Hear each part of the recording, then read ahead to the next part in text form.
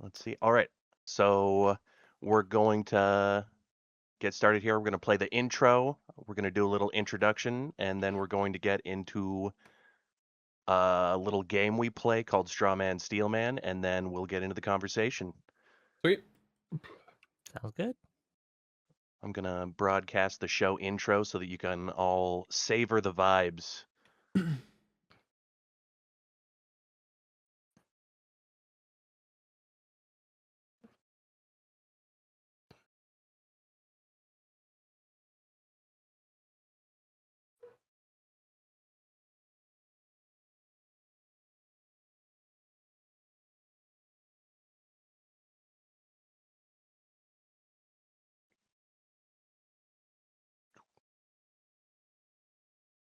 Are we supposed to be seeing something? Obviously not Wick. He hasn't clicked the button. I don't know. Okay. Everyone always asks that. Don't worry. You want us to ask questions on your panel, Wick? Pretty much yes. I would love that. Actually, it would make it so that there's content and it's good. But no, you all just are like sheep having to be herded. I'm getting everybody for your next panel to not talk at all. They're just gonna sit there silently. You're gonna Well, flounder. I guess tomorrow we're gonna have Destiny and Jola just stare at each other, just in moody Seductively. silence. Could be a more productive conversation that way, honestly. We're gonna find out. We'll make the same faces How that Francesca forward Hong makes when she does for interviews. Just like no words, just individual only freedom. expressions. Self-expression, and the right to self-determination. They created a government of the people, by the people, and for the people, establishing a nation of free individuals who ignited a bright beacon of hope.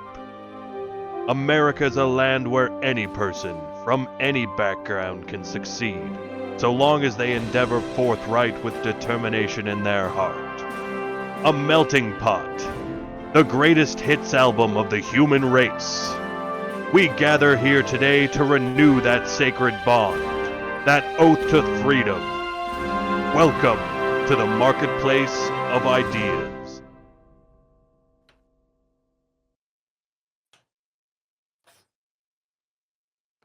Good evening, and welcome to the show that Tom Foolery predicts will be off the internet within a year's time. It's the Marketplace of Ideas. I'm your host, Kyle Smith, and with me, as always, is a man who's trying to infect this liberal bastion with his own particularly cringe brand of communism, James Vagabond. That's right, Kyle. I'm James Vagabond, and I am a damn dirty communist. However, it seems I'm not the damnedest nor the dirtiest, which is why I've prepared the following statement. Before we get started into the meat of this conversation, it is pertinent for me, as an avowed communist, to clarify my place in all of this. Let me be clear, I am not now, nor have I ever been, a member of the DSA party. But more importantly, I've always been an enthusiastic and staunch supporter of the Democratic Party, perhaps even especially when in dialogue with the far left. For almost a century now, since Franklin D. Roosevelt, the Democratic Party has been the premier party for based, freedom enjoying patriots. The New Deal represents the modern recognition that we as a society supremely benefit from proactively affirming our shared humanity and providing the means and protections by which we are truly able to not only pursue but actually attain happiness. We were the party that witnessed the economic devastation of the Great Depression, witnessed a society of hard-working men and women standing in breadlines or broken from industrial labor, of the elderly languishing under the weight of inflation, worked to the bone until the day they died. We witnessed that and said we can and must do better, and struck a grand new deal in society on behalf of we the people. Then, when America was finally ready, the Democratic Party threw off the residual chains of slavery, banishing the Jim Crow apartheid state, enshrining and protecting once and for all the rights of all races to equally partake in the fruits of liberty. That is the foundation, and those are the values upon which our Democratic Party stand. And it is those values we must each represent in order to regain the trust of the people. And with that, welcome once again to the Marketplace of Ideas, the show that brings good faith and good fun to political debate and cultural discussion. The show some have called the sloppy thirds of online political culture, and frankly, I think that's fair. We here at the Marketplace of Ideas strive to steal the very best ideas from this corner of the internet and pass them off as our own. And here today with us are some of the distinguished pundits whose ideas we've been stealing. Returning once again, against his better judgment, we have champion of liberalism and free speech, Wick of Wick TV. Welcome, Wick. Please introduce yourself to the world. I'm Wick from Wick TV, champion of liberalism and free speech. Sounds about correct. And joining us for the first time, we have Mr. Mooten, a gamer bro turned protector of democracy. Tell those who don't know you a little bit about yourself, please. I'm a guy who's getting into politics, and I do a morning show every morning at like 7 a.m. Anything else? Yeah, that's it. And also, for the first time, one of the few more rational, further left progressive who I've gained a lot of respect for, Jola. Why don't you tell us a little bit about yourself? Drella Politics, I spend my time mostly on Instagram and TikTok nowadays, critiquing MAGA and also critiquing pragmatism on the far left and also the deep center of the Democratic Party. You're like a centrist Thank you for then, having huh? me. Oh, I'm the perfect centrist. Hell yeah. Alrighty. Well, with that, now that we have our guests introduced, I think it's time that we play our game that we like to play at the start of the show to get the good faith juices flowing. A little game that we call Straw Man Steel Man. Straw man. So much like the game sounds, this is the game where we give you a straw man argument that is a poorly constructed argument built to be knocked over. And these arguments are going to be targeted to what we expect you to not agree with. And so you're going to be tasked, if you would be so kind, as to steelman these arguments and make them as strong as you can possibly make them in spite of your disagreement with the argument. Afterwards, you will have the opportunity to say what you actually believe. With that, I'd like to continue our tradition of welcoming our guests to the halls of the heroes of debate. And in honor of this theme, we will be showing them pictured in the middle of making what I'm sure at the time was a very salient point, whatever they were talking about. On my right, we've got Mr. Wick here. And then on my left, for the first time, we have Joe La Politics and Mr. Mooten. Wick, There's a fourth empty box there. What happened there? We were going to have Mr. Dylan Burns on, but unfortunately, the DSA used their most powerful wizards to summon a storm to keep him from coming on, which I would think is a tactical error because I think he was going to at least speak somewhat positively for the far left joining in the democratic discussion. So once again, a tactical error from the DSA. Well, So you love to see it. So he may try and join us, but he's worried about his connection, so he might join us at some point. With that, however, Wick, if you wouldn't mind starting us off and reading your scroll of the straw man, if you please. Let me make it big so I can see it. Hell yeah. MAGA poses a cataclysmic threat to our nation, so we need the broadest coalition possible, even if that means welcoming the socialists, commies, and even Nazi oyster farmers into the party. Well, Wick, my expectation that a straw is that man? this is I Is think it? so personally. I think that it's but I would expect that you might have some disagreement. In spite of that disagreement with that stance, though, can you find the legitimacy within this stance? Sure. MAGA is such an existential threat to our country that we do have to accept help from corners and ally ourselves with corners we would otherwise, in better conditions, be adverse to working with. We need to do it, however, because if we don't, we will not survive. Democracy will not survive, and nothing we do in the future will matter because we will lose today. And the long term does not matter if the short term, if you die in the short term. So that's my steelman. Yeah, well said. But what do you actually believe?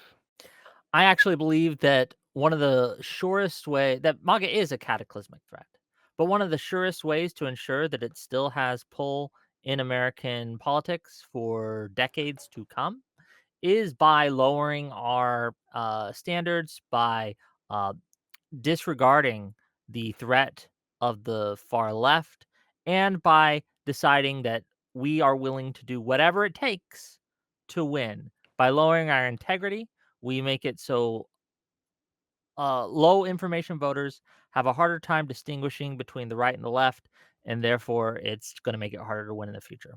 So, Yeah, that makes sense to me. I think that's a stance a lot of people can see the legitimacy of. We don't want to associate with Nazis if we don't have to, and it would seem that we may not. But we'll get into things a little bit more later. For now, I'd like to move on. Jola, if you could please read from your scroll. The DSA is poised to swallow the Democratic Party. Oh, yeah. Whole. Oh, yeah. And we'll be stuck voting for Hassan Piker for president by 2028. All right. Find the legitimacy to that claim if you can, Jola.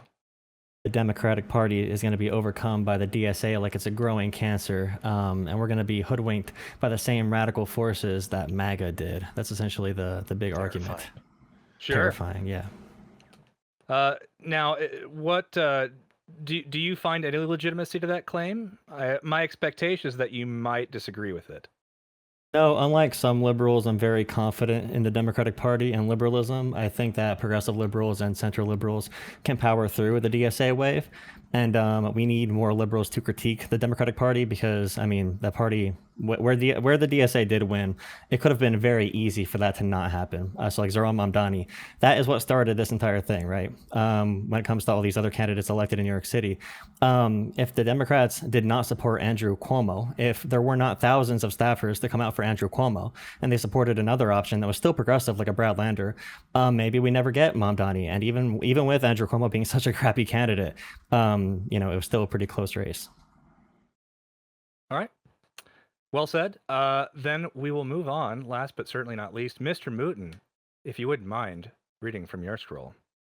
It would be better to have Stalin, Mao, or the dreaded Francesca Hong in any political position over a MAGA candidate, even at the state level. So, Mr. Mooten, are you able to find any legitimacy to this stance? Yeah, I mean, this is basically just saying, like, it would be better for somebody aligned with the Democrats, like Francesca Hong, to be in the position of power over a MAGA candidate because the MAGA candidates might do something absolutely crazy, like we've seen time and time again. Yeah, it is precedented. But what's your actual stance on this issue? My actual stance is Francesca Hong will have to earn my vote. It's still the primary, so you can say anything you want about her as long as it's not like super crazy. But also, I think that she would be detrimental to the Democratic Party. I think that the DSA is a pretty big threat to the Democratic Party, and they're not here to be allies. They're here to subvert and stab us in the back. All right. Well, I think that was nice and concise. We will go ahead and end this segment. It was a great round of Straw Man, Steel Man to get us started.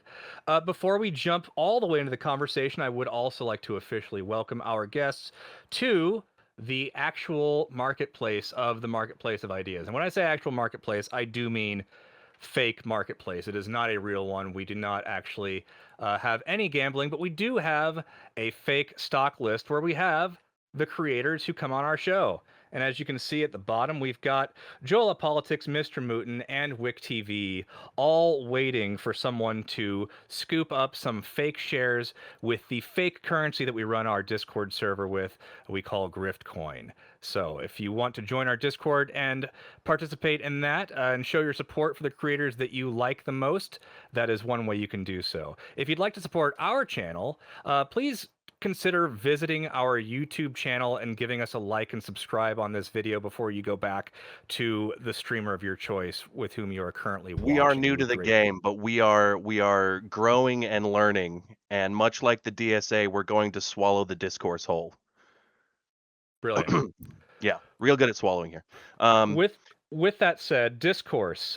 We do indeed have a long-going discussion amongst the left as of late on the internet in regards to the DSA's pull and influence within the Democratic Party. And with the three of us, I don't want to preempt your opening statements too much, but my understanding is that we all collectively recognize some negative qualities of the DSA that we should be aware of. So since we seem to have that common ground, as you give your opening statements, I'd like to pose a few questions towards you. One, is the DSA more dangerous than MAGA? Two, are we not, if you're not concerned about the DSA, is it because you think that they don't have the strength and capability of taking over the Democratic Party in the same way that MAGA did the Republicans? And three, where are your lines when it comes to voting for DSA candidates? With that, Wick, if you wouldn't mind starting us off, please let us know your Sure. thoughts. I oppose the DSA for the same fundamental reason I oppose MAGA, because I'm a liberal, and liberalism requires limits on political power, even when the people wielding that power claim to be fighting for something good. Um, the DSA, socialism, etc., treats institutions, courts, the civil service, the press, and political opposition as obstacles to be brought under control when they interfere with their movement. Okay. MAGA comes from a different ideological tradition, but too often reaches the same conclusions. Liberal institutions are impediments to transformative politics. Capitalism, right, is not merely something to regulate, but something to overcome. And existing constitutional restraints, such as the Senate, are treated as barriers to real democracy, quote unquote. And I reject both of MAGA's framing of this, and I reject the socialist framing of this. I don't want a right-wing government powerful enough to impose its vision of America on anyone else, and I don't want a socialist government powerful enough to impose its vision either. I think people are taking DSA as a threat not as seriously as they should. Not to say that we're going to snap our fingers and wake up tomorrow in their socialist utopia hellhole thing, right? Where they've subverted the Democratic Party. But the hour is later than you think. They already have a lot of influence in media, academia, and with staffers, the staffer class, right, in politics. And it's a real problem, and we need to wake up and just take a stand. Just draw some lines. Don't be one of these weirdos who says, "Yeah, I would vote for Mao over Trump." No, you wouldn't, and you shouldn't. Don't vote for the mass murderer killing person, right? Don't vote for the rapist. Don't vote for the person who wants to abolish the Senate and the police. You can not give them your vote. You have free will. Make that choice. Anyway, yep. That's me. Beautiful. Much appreciated, Wick. Thank you so much for being here once again with us. Jola, would you mind giving us your opening statement on the matter? So I don't think DSA is as dangerous for a couple of reasons. So number one, it is their lack of ability to get power, but also who the DSA really is. Now, MAGA is made up of radical, like, I don't know, 50-plus-year-olds, maybe between the ages of 45 and 70 around, the generation that was lead poisoned the most. They are very stuck in their ways. They are going to be like that forever. These are the people that supported George Bush when he was saying crazy shit like, it's a holy conquest for us to go into Iraq. These people are not going to ever change. But the young people, I know people who were probably DSA adjacent when they were in their 18s, 20s, 30s, especially during, who are older now, especially during like Vietnam protests, who very quickly, and they were like radical hippies and whatever, who very quickly voted as just like normal liberals as they got older. The DSA is a bunch of kids, and there are very deep issues on just the social environment around the DSA and the Democratic Party in organizing circles that make it really easy to get young people attracted to the DSA, which is something we can go into at a different time in the conversation. And also, yeah, their ability to get power. America, they conflict with everything that has ever been America. So I really don't think they can ride with the culture. Republicans can have the majority white Christian football culture, and the DSA can barely even talk about Thanksgiving. So. Okay. Well, much appreciated. Thank you so much for that, Jola. And Mr. Mooten, if you would be so kind, give us your opening statement as well. Yeah, my opening's gonna be pretty short and sweet. The DSA have wacky policies. It's voted on. They have like a national committee every 2 years or 4 years. I can't remember off the top of my head which one it is. And that's what these people want. They want to abolish the police. They want to get rid of the Senate. They want to have open borders. So why should we not be scared of them? They're telling you exactly what they want to do. I don't understand people who are like, oh, well, they won't be able to do it, blah, blah, blah. These people are at a crucial point where you kind of need to kill the baby in the crib, in my opinion. Yeah. Okay. So a couple marks of disagreement there, but hopefully it will be a better discussion for it. With that, we'll open up the discussion. Yeah, I just Well, I guess I just don't like this idea that many on the left have decided because MAGA is the enemy and MAGA is very, very bad. And it is the enemy and it is very, very bad. That they're giving a blank check to people who oppose MAGA, right? They will literally vote for anyone who opposes MAGA, no matter how bad, no matter how much long term damage they want to do. And I understand, right? A lot of people are trying to kind of minimize that, the damage that the DSA could do if they were to gain power by saying things like, well, as Mooten said, right? Like, oh, they just won't have enough power to implement the policies that they actually want. Yeah, but you wouldn't vote for someone who's like, my policy position is I'm going to kill you. But don't worry, I don't have the votes right now to do that, right? You never vote for someone like that because in the off chance something happens and they would get that power, you know what they're going to do. Just don't do it. I don't understand. And this is to you, Jola. I see you running cover all the time for these people, right? Like this soft cover of don't worry about them. They're not that bad. They're all just a bunch of kids. And we need to have a discussion of how much they've already infiltrated these spaces, right? It's really bad. My issue largely is that I don't see people like you, Wick, criticizing the Democratic Party. I know we've had this discussion before, but if you go to a local Democratic Party like Democratic Committee or whatever, Democratic Committee, I don't want to give away, blow my cover, Democratic Committee, but it's going to be a bunch of 45 plus year olds. It's going to be maybe the average age might be 60, 70, 80. So there are people literally in cities who are from more affluent, white backgrounds or whatever backgrounds where they can afford to pay dues, or they just go to the meetings for fun because their friends go.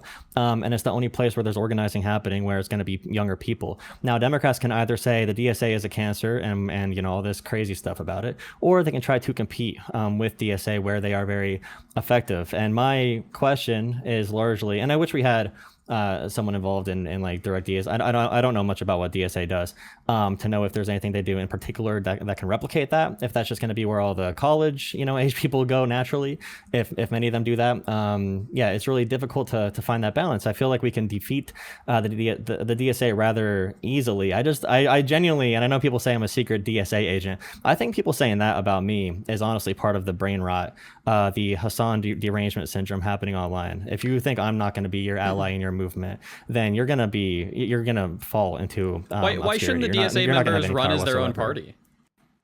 Why shouldn't they just run under, I mean, under they the should. DSA? They can. Yeah, they should. Well, my big thing too, as well with like Francesca Hong, who are you, if you're going to say we're against MAGA, who are you to say Wisconsin Democratic primary voters are wrong? Who are you to say that Maine Democratic primary voters are wrong when they want a more populist candidate? Are you saying that the will of the Democratic voters of Maine and Wisconsin just don't matter now because they supported a DSA candidate? It's not that they don't matter. It's that I have issues with the voting populace if they elect someone who is bad for democracy. I have issues with the voting populace who elected Trump, right? Okay, if you don't like the What are we gonna voters, you say? can say Oh, are that. you just against the will of the people now because you oppose Trump because Trump got the popular vote? You should be okay with the will of the people. No. What is this argument? Sorry, Moon. No, Well, you're he good. did become president, and Trump should have became president because people did vote for him. I would prefer they don't do that. But we're talking about our fellow Democrats, our fellow No Kings protesters. If they look in If you're Wisconsin, voting for example, Plattner or Hong, and you're not my fellow Democrat. in Hong, for the Hong case, there's like 10 other candidates in the race. The one that was competing with Hong had some type of like financial disclosure issues because a dumb intern like double or triple reported every donation they were getting. They were saying there were ad expenditures that were not even real. So she had to drop out. And the person who they have running against Hong now, he said that he joined back into the race after he failed his campaign because he got a message from God in the form of a red bird that his wife saw. And because she saw this red bird, he knew it was his time to run, and he's campaigning, going around saying, "Hey guys, we can't really do anything." I'll be honest. I mean, it's less crazy than abolishing police. I've seen some of Crowley, the gentleman who is Mhm. the direct competitor with Hong now. I've seen some of his takes. He has good, solid, one of the best takes on data centers that I have seen, right? Everyone, all these sloppulists now are like, we need a moratorium on data centers. This guy, Crowley, comes out and he's like, well, no moratorium. We could regulate them and maybe address some of the issues with the environmental effects that people have concerns with, but we should be building data centers. Like, data centers have revitalized the communities that they've built in. And being anti-data center is a lot like being anti-nuclear in today's vernacular. It's going to make us poorer, weaker, and less able to compete in the real Yeah, world. it's a stupid Crowley is a position. good candidate. Crowley is the union candidate. Crowley is someone we should be supporting. So I Hong think is a crazy person. I think we're two talking things can about be true. politics. But we're talking about politics here. You can say F the voters, screw the voters. Okay, you can keep on saying screw the voters, we hate the voters. But politically, we need political influence to stop the rise of sloppyism and MAGA. So if you want to say the Democratic voters are dumb, then I don't know what I can tell you at that point. The Mr. DSA. Mooten, what were you saying? No, I don't remember. I was just gonna say the DSA members are the sloppulists.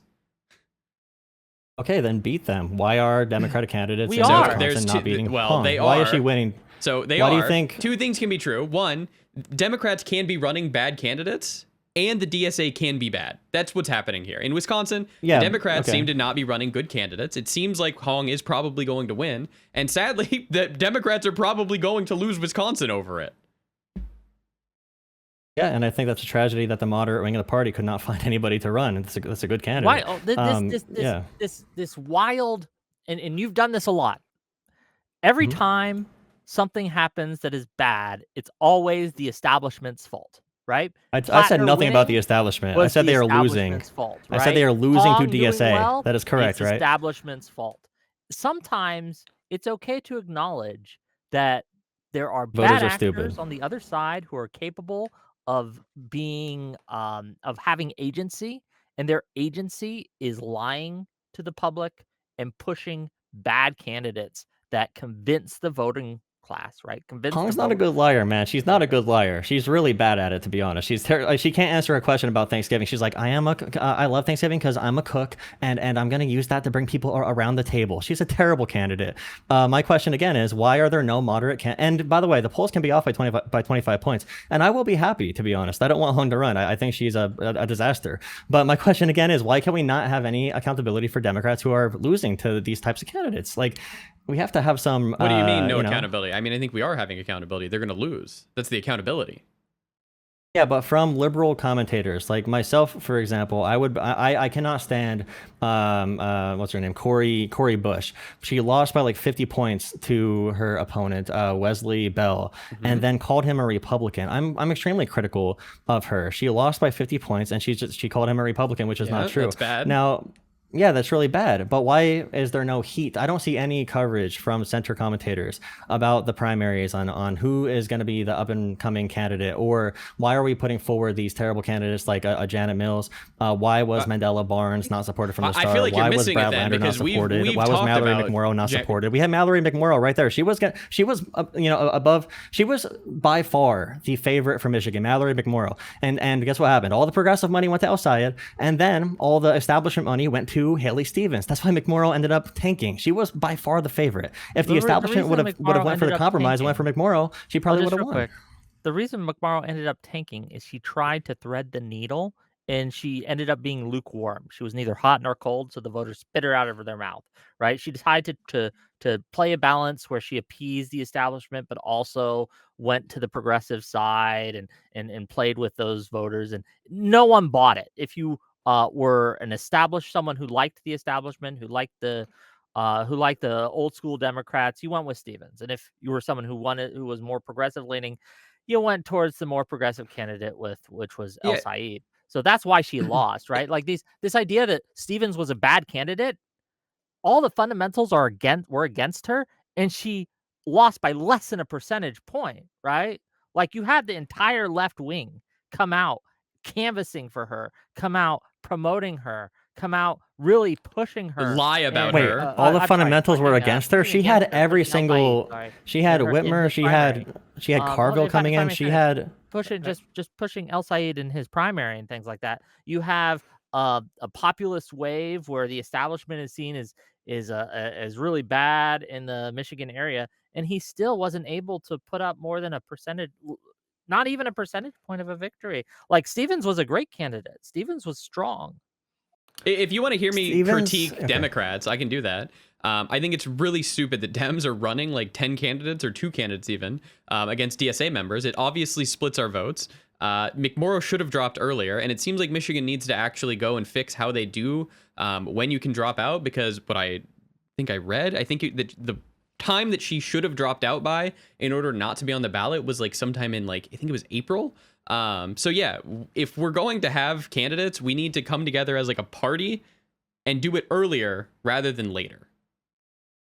Yeah, for Haley Stevens in Michigan, I don't even have it pulled up right now, but she had every single big endorsement in Michigan. She had the outgoing the senator that is leaving endorse her. She had Governor Whitmer endorse. Yeah, Peters. She had Whitmer endorse her. She had James Carville come in, who's very influential with Black voters as well, and she did win a majority of Black voters. And every Michigan, it was actually a meme during the primary from like centrists that El Sayed has all the endorsement from other states. I think. Stevens even said that he has the coastal elites coming in to endorse him. So when Wick says that she had all the fundamentals against her, I just don't agree. She had that. She had all the local endorsements that should be more influential in Michigan, not someone coming in from the outside.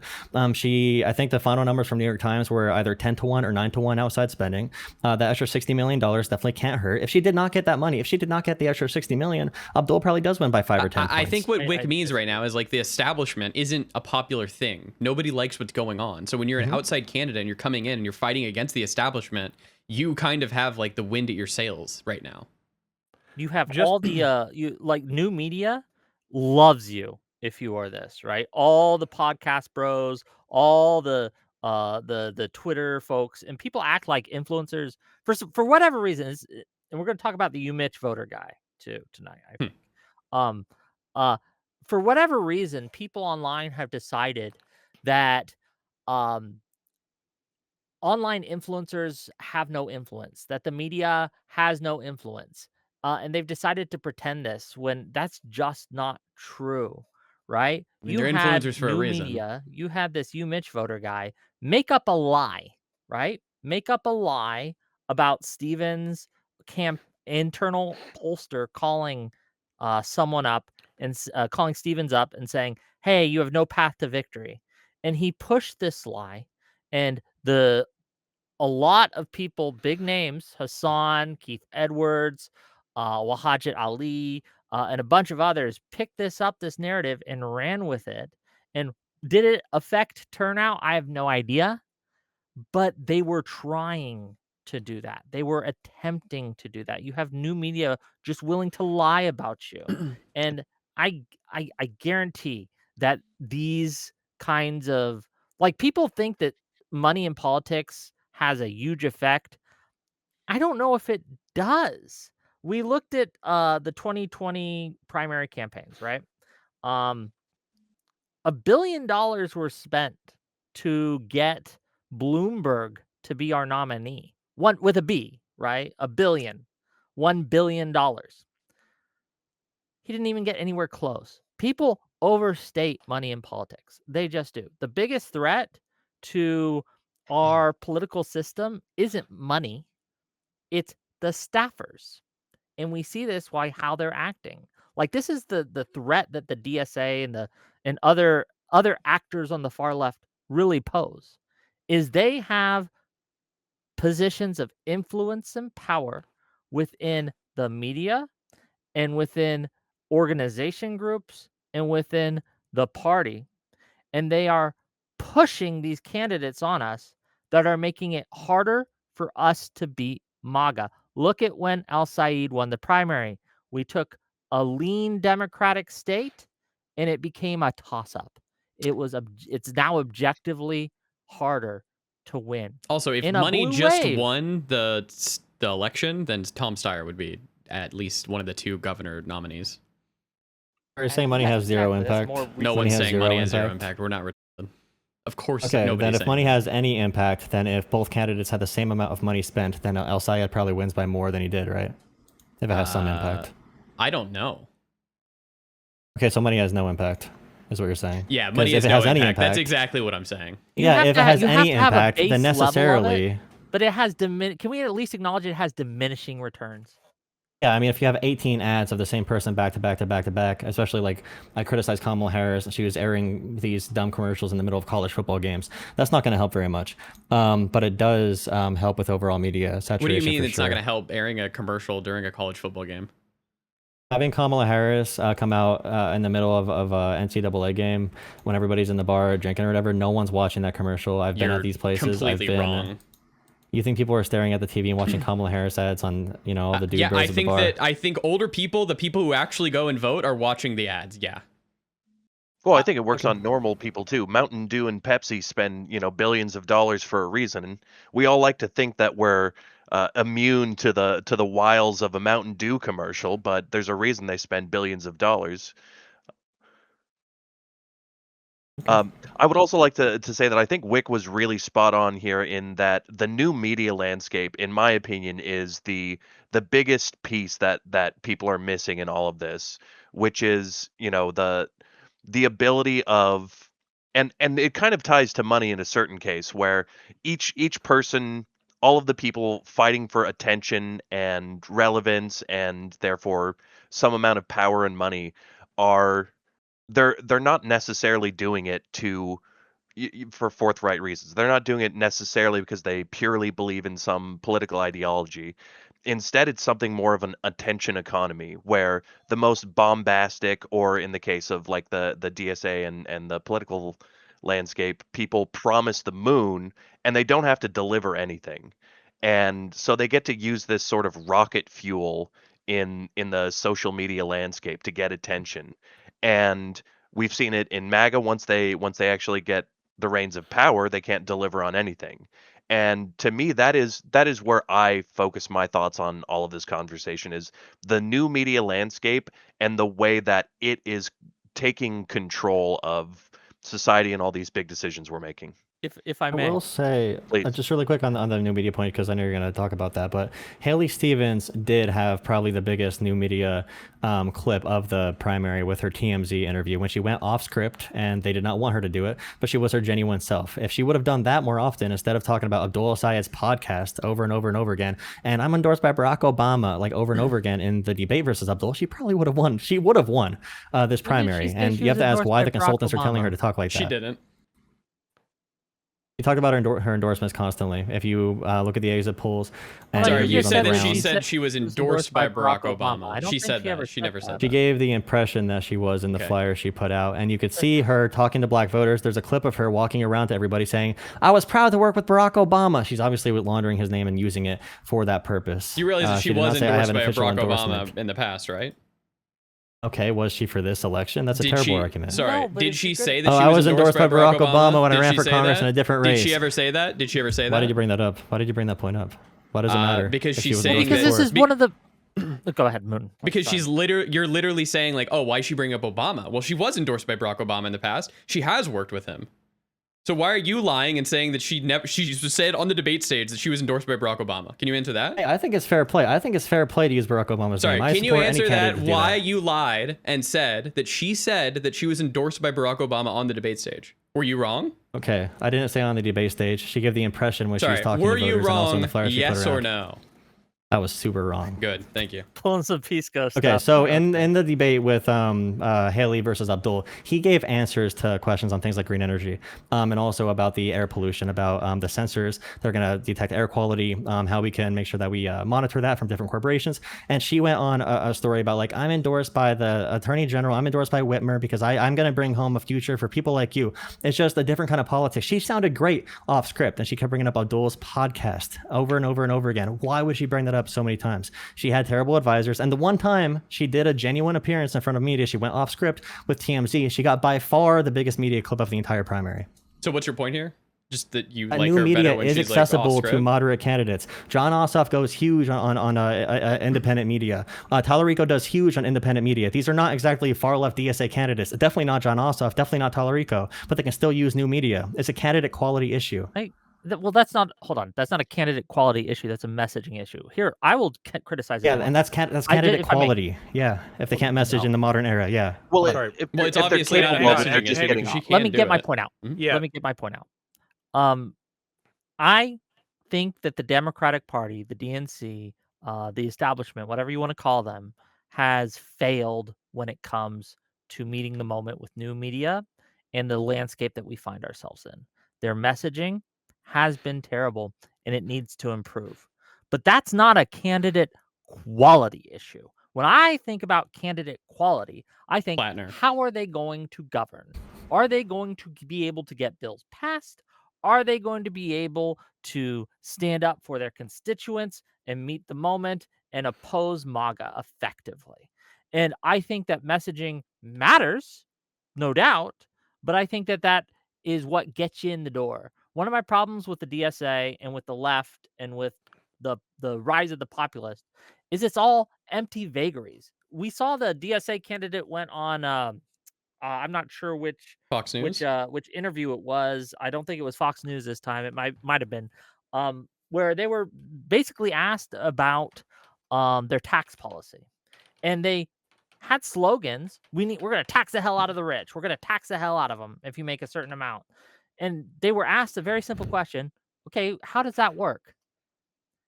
They weren't able to answer. Was this the vice lead of the DSA? Is that what you're talking Yeah, about? was this Yeah. Megan Yeah. Comer? And Megan that Romer. that continues to happen.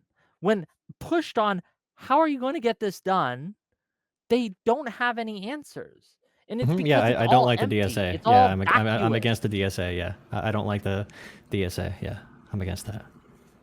Yeah, I mean, I think that good. we can agree that like the Democratic members need to do better with new media and need to come across more personable versus like robots like Hillary Clinton did. Like if you watch Hillary Clinton interviews now, I don't know if I was brain broken back then or what, but Hillary Clinton now seems super personable, super cool, super chill, like somebody you could go have a beer or talk with, versus before when she was running in 2016, it all felt weird, cringe, and just not good. So I will agree with you, Joel. We have a problem in the Democratic Party, and we're not like faultless. Yeah, I definitely agree about Hillary Clinton. I don't know if that's I was definitely brain broken at the time, but I also think that if she would have done more long form media, if she hadn't been so allergic to going on more podcasts, things of that nature, she might have endeared herself better to the public. Although, I mean, being the way things were at the time and how much the well was poisoned regards to people's perception of Hillary Clinton, I don't know about that. So the danger here then is the DSA's ability to capitalize on the wide open media landscape that has been a bit That's one of them, yes. underutilized by. That's one of them. Yeah, Yeah, that's the one of them. And Republicans to be seem to clear, have. the messaging they're using to gain power and influence is anti-Democratic Party, right? That's how they win. Is they point to the Democratic Party and they say, these guys are failures. These guys suck. These guys can't win. These guys haven't done shit for you, right? And they use populist rhetoric to paint the Democratic Party as feckless, impotent, and bad. And like we have studies actually that show one of the reasons it's been hard to hold Trump accountable for his corruption is because so many voters see the right and the left as the Equally same corrupt. when it Yeah. comes to corruption. That's bullshit. But one of the reasons they feel that way, and one of the reasons the voters think that way, is because you've had nonstop for the last 10 years a constant stream from segments of the left saying just that, right? This is the danger, one of the major dangers that the DSA, the far left, etc., pose is the messaging that they use to win makes it harder for us to differentiate ourselves from MAGA. Dems need to run on easy things that like the American people are actually gonna like. One of them is just gonna be, I'm in super big support of free or reduced childcare. Every family can take home extra money each month. It'll go in their pocket. Another thing would be stock trading. I don't think any Democratic candidates or anybody in office, public office, should be allowed to just publicly trade stocks, especially in Congress or the presidency. So we need to have better messaging as Democrats. Yeah, I think we can all agree that the right adapted to the new media landscape a lot quicker. I think they were pressed to do so because they were in the sort of minority culture of political discourse. You know, we had the Obama years, the Bush years. They didn't really stand for much. They hadn't had a real champion since Reagan. And so they sort of gravitated towards these new media spaces to sort of recreate their culture. And we've seen the further left doing the same thing.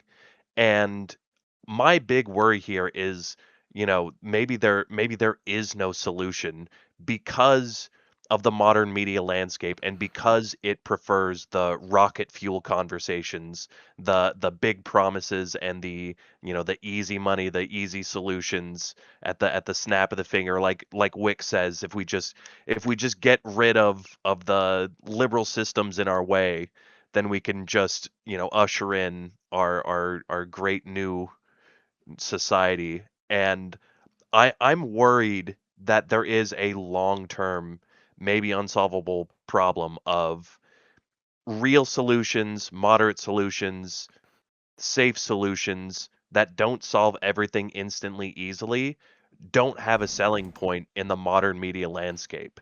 And I'm not sure what's going to bring us back from that. I think when you're running, you just say all the sloppulous shit, and then when you actually get to Congress, you have to really govern. I've heard that strategy going around, and I don't like I'm that. cynical enough. I'm cynical enough that I'll vote for someone even if I know they're doing that. Like if Gavin Newsom starts promising some sloppulism and he's our presidential candidate, I'm pulling that lever every time. But I don't like that either, I'm Wick, not but I think that sure. you probably have to like pick your slopulism and go in like that method. Obviously, you shouldn't just do everything. Like anybody who You're wants like to ban Boromir. data centers is stupid. Yeah, you're like Boromir, though, right? You're looking at the One Ring, you're holding it in your hand, and you're like, I can use it to help. I can use it to win. No, cast that shit in the fire, bro. Like, one of the problems with populist rhetoric is that it destroys trust in institutions. Populism has to have an us versus them dynamic. Otherwise, it's not populism. Sure, but if our right? allies all have the One Ring, we have to, or sorry, our enemies all have the One Ring. Like we're gonna have to use it too, Wick. I don't agree. And I think that this idea that we have to destroy the trust in our institutions so that we can somehow build back trust in our institutions isn't going to work. One of the reasons our democracy in America works has been our institutions, right? They have helped us grow and helped the American style democracy project really take off and be the best in the world. And one of the biggest reasons MAGA is winning is because the trust in science is all-time low.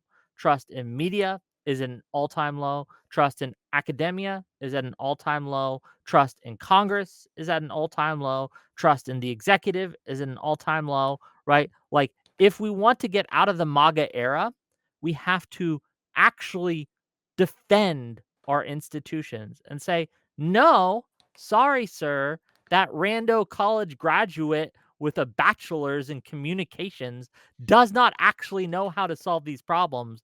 But that 60-year-old who's worked in this industry for his entire life might have a solution or two. Sure, right? then our Democratic candidates need to actually go on stage and say that. Because I feel like nobody's that's saying why I said that. we have a messaging problem. Yeah, Yes, yeah, you're yeah, right. sure. You're right. But it's not. But it's hard to win primaries saying that because of the populist wave. Sure, but I feel like that's a bit of a defeater. Like if Haley Stevens was up there, and I think she was kind of trying to say this by calling him a podcaster, but I think you need to be a lot more blatant and in the voters' face about it and just be like, this guy has never done anything in like actual the Congress or the Senate or public office. Like really, I know he kind of had whatever it was. But she needs to go out there and just be harder about it. So I don't know. Yeah. But when she does promote her work in the actual political industry, people like Jolo will say, "Oh, she's just saying that she's endorsed by Obama." No, she was using that to show, "Hey, the president of the United States really liked my work with his auto industry package for this state that I helped to govern, I helped to get through, I helped to implement. Like, these are all positives, and I feel like we're living in a world where being a politician is seen as a negative when it should not be, right? I think that that is, again, the result of people leaning on populist rhetoric. Is people who are experts are now seen as unable to do the job. And so we need fresh, young, outside voices that'll get shit done. And everything seems to be getting worse. I think an issue like ICE definitely deserves populist rhetoric and populist anger, and I think it's at the point of losing control completely, where we do need some pushing from the far left, and that's why I think DSA candidates are probably healthy for Democrats in that regard. We do need very, very radical action with ICE. Like Tom Homan won his highest awards and accolades under Barack Obama. He's been around for a while. Obama did a great job decreasing the private prison system and overall private prison spending, but that spending went directly to detention centers. And right now we currently have government officials like Miller and Hellman who are invested in GEO Group and a bunch of other operators of these private prisons. And we have mentally ill, manic,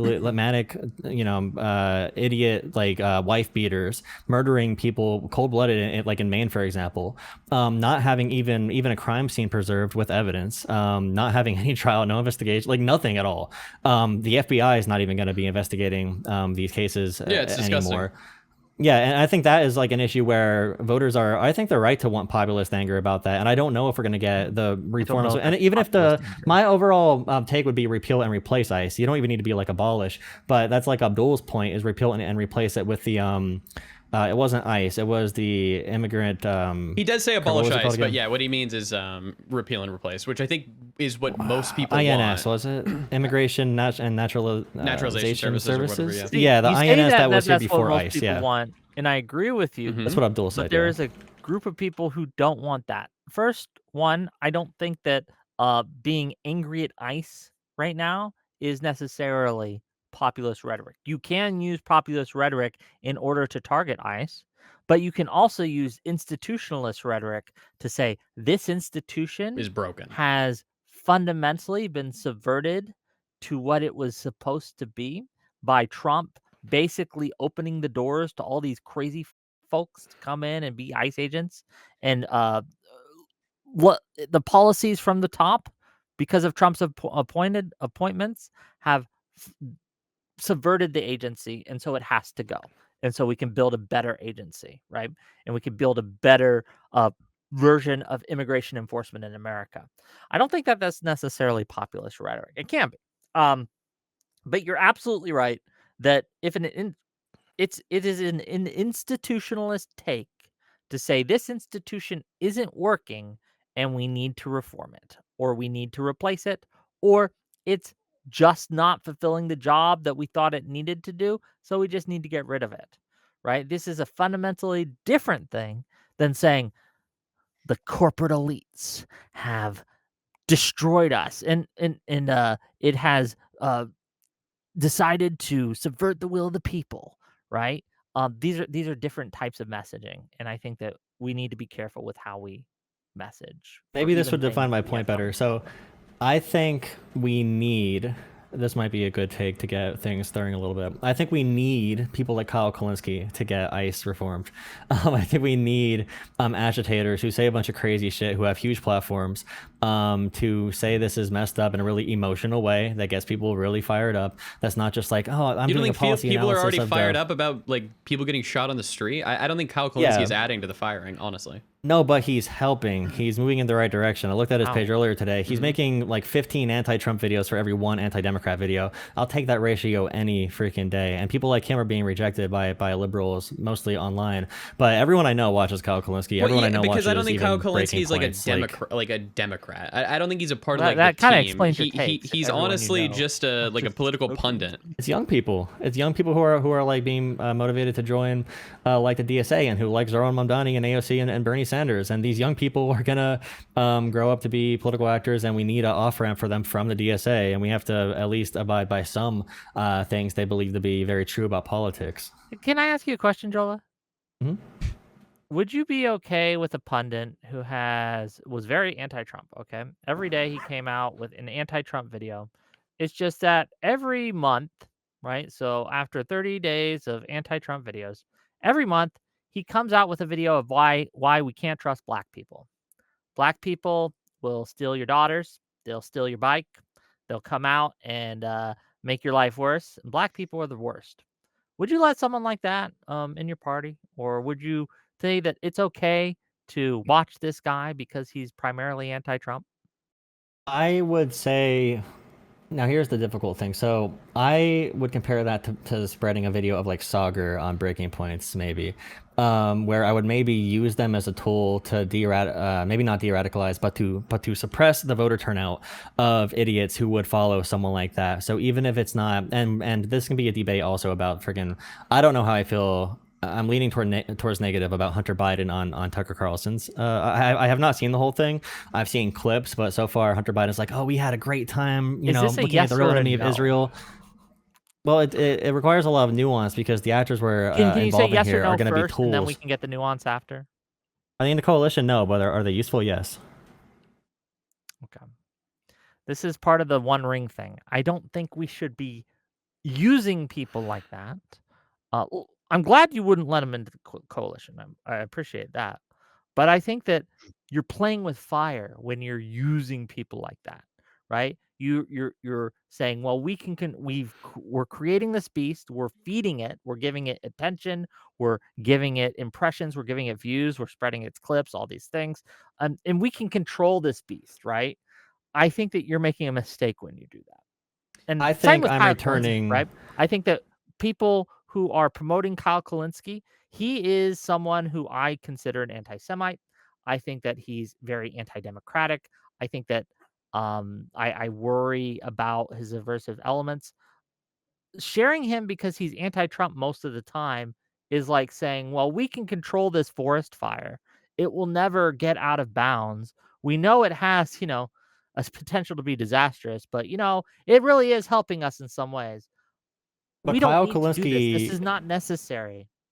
the entity of Kyle Kalinske will be existing no matter what we do, and breaking points will exist no matter what we do. They are going to exist. They're going to have huge platforms, bigger than all of ours times probably like 1,000. They're going to be spread all over the internet. They are very, very freaking popular. They are growing like a wildfire, like the analogy you just kind of used.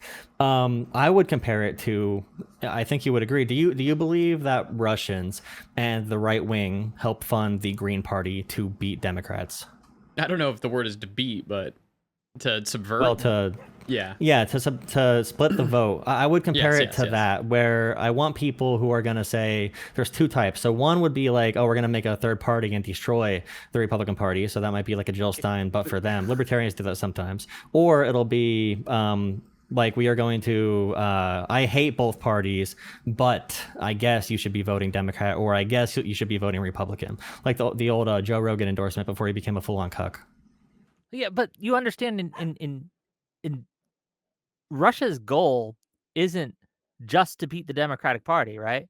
Russia's goal is to destroy America, right? Mhm. They are wanting to cause chaos. They do not care about the second order consequences of who they promote. In fact, it's probably a bonus to them. Like, no, we get to hurt the Democratic Party and push these crazy conspiracies? Hell yeah, right? Like this idea that that we should do the same thing is to fundamentally misunderstand that we, as people who want to have America grow strong, are in a fundamentally different place than our adversaries across the ocean that want to just destroy us all. They want to destroy MAGA too, right? They want to destroy it all, right? So I Well, now don't they think do. that we should be doing the same as Russia. I think that They that's got MAGA into place already. Now they want to dissolve MAGA, dissolve it into the JD Vance, Peter Thiel, completely Russian-owned party. Right now, it's like a competition between a couple different forces of foreign powers to control the Republican Party, which is really fun. And part of Laura Loomer going to Ukraine, which now the lefties hate Ukraine even more now, which is insane. And I wish Dylan was here. That'd be a good person to have here for that conversation. But I would just say that when I'm talking to people, I've gotten a surprising number of people to not vote Republican by showing them them a Joe Rogan post, but before he was a complete cuck, like I said. Even Joe Rogan doesn't like this guy, or even right now, I can get a Republican to not vote Republican, and you can say like there's second and third orders that can like really destroy us about that if they are successful in making the Republican Party even worse. But I can get Republicans to not vote Republican right now by showing them a Tucker Carlson video, which I do think is very dangerous, and that's the whole Hunter Biden conversation. Then you have to have a conversation about how likely do you think it is that would be successful, and who are the figures you're pushing, and what are they saying. So like Sauger from Breaking Points, I think he might just be an asshole that can help us like say negative things about Republicans sometimes. But I think Tucker Carlson is very powerful and dangerous to play with. So I'm anti like Hunter Biden doing that for that reason. It is I would only be anti Hunter Biden if he only went on there and he like jerked off Tucker Carlson the whole time. If he would, I mean, they went in on the Israel point. Yeah. The Israel point, even after Hunter Biden is like, we both related around the one core issue that Israel is the one that leaked my nude photos and destroyed my father. Israel, they went fully into that. If he just went on there and jerked off Tucker Carlson, I would say that is absolutely bad. If you're going on these platforms, you should be somewhat adversarial, and you should have a real conversation and at least show the audience at least one point that you disagree on. I'm sure he did something, but overall negative in my opinion. I need to watch it too, to be fair. Yeah. I'd like to try to unpack Wick's metaphor there, where the idea of someone who had 50 videos that were anti-MAGA and then one that was anti-black. And I think that obviously is designed to morally load some of this in a way that isn't quite analogous, because it offends us very viscerally to the concept of being racist is so obviously wrong. But socialism and progressive ideas are not so obviously wrong. They don't creep. They're not as malignant and irrational as that. And there's a lot more people that are open to those ideas today. Whereas, I don't think. I might have to chew on this a little bit more, but what I'm trying, go for it, Kyle. It's been an insidious process, right? The Democrats have been accused of socialism for the past 10 years or so, which has made it a lot easier for actual socialist ideas to establish themselves as being acceptable within the a lot of people's minds of what the democratic framework should be. I think that's been one of the biggest problems with the way that the process has gone to this point, and insofar as bringing in the Socialist Party or the DSA into the Democratic Party, rather. So two things.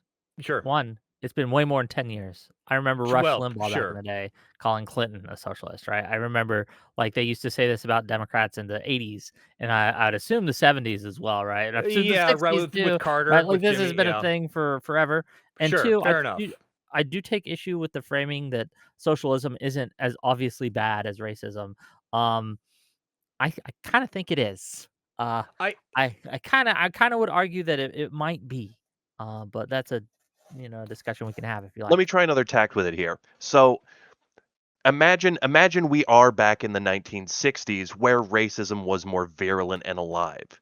You might choose the social media person, maybe there's some late night show and 50 of their jokes are punching against the right and one of their jokes is super racist. You might still say, I would rather these racists watch this guy and stay racist as they're already going to be, but move them more towards a rational position on these very important things. I think that's why I'm against sort of the moral loading of that question here. I think we do live in a place where those people are, if you're a Kyle Kalinske fan, you're already going to be open to socialism.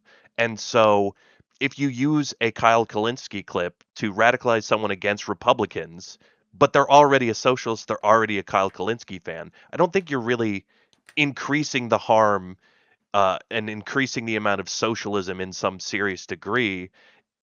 And that is outweighed by what you're doing in bringing them against MAGA. I think there's a fine line that we're going to have to search for in this political battle that we're facing. We need to be afraid of alienating too many people, right? Well, here's the thing. even treating Jola here as an enemy to a degree would be bad, and I would rather have people like Pisco and Hutch having open communications, having open social relationships with people like Kyle Kalinske that are a little nearer to us and a little bit more rational than Crystal and etc. And I think we would benefit more from having those relationships and Why? dialogues than shutting them Kyle off. is not on our side. He's on the side of content and content creation. I don't like when people say that like Kyle is like a Democrat. Kyle has voted for Jill Stein since like 2008. Yeah. I think that we fundamentally misunderstand the danger that the look, I'm all for talking to even my enemies, right? Having good faith, open dialogue with even people I strenuously, vigorously disagree with. But one of the things that when you have that kind of conversation with someone, you have to make it very, very clear that there is serious, strenuous disagreement, that they are your political enemy, right? Jola is in this my political enemy. He wants a different thing than I do, one that I feel is harmful to the overall health of not only the Democratic Party, but America as a whole. We have data on what wins elections. We have a lot of data on what wins elections. And guess what, gang? Moderation is what wins elections. Blue dogs outperform progressives who outperform the DSA. We know this. We have the data years and years and years, election after election after election after election. For some reason, people have decided that, well, yeah, we have all this data, but this guy on Twitter once said that there are secret socialists waiting to rise up as soon as a socialist gets nominated for a primary position, or the youth voters will turn out this time, I swear, right? It doesn't happen. We can look at the stuff that we know to work, and we can use that. And I don't know why we have to pretend that, well, maybe if we just sidle up with the socialisms or the socialists, we need them on our side. I would argue that having a socialist on my side pushes 10 moderates away. For every one socialist vote we gain, we'll lose 10 other voters. I think it's just a simple math equation, and moderating wins. Moderating's good. I think that might win in general on long trends, but it might not meet certain moments. And I think we What does come that to these mean? I what I mean is, of course it would tend towards sort of the Overton Center over time and some sort of establishment, some sort of tendency.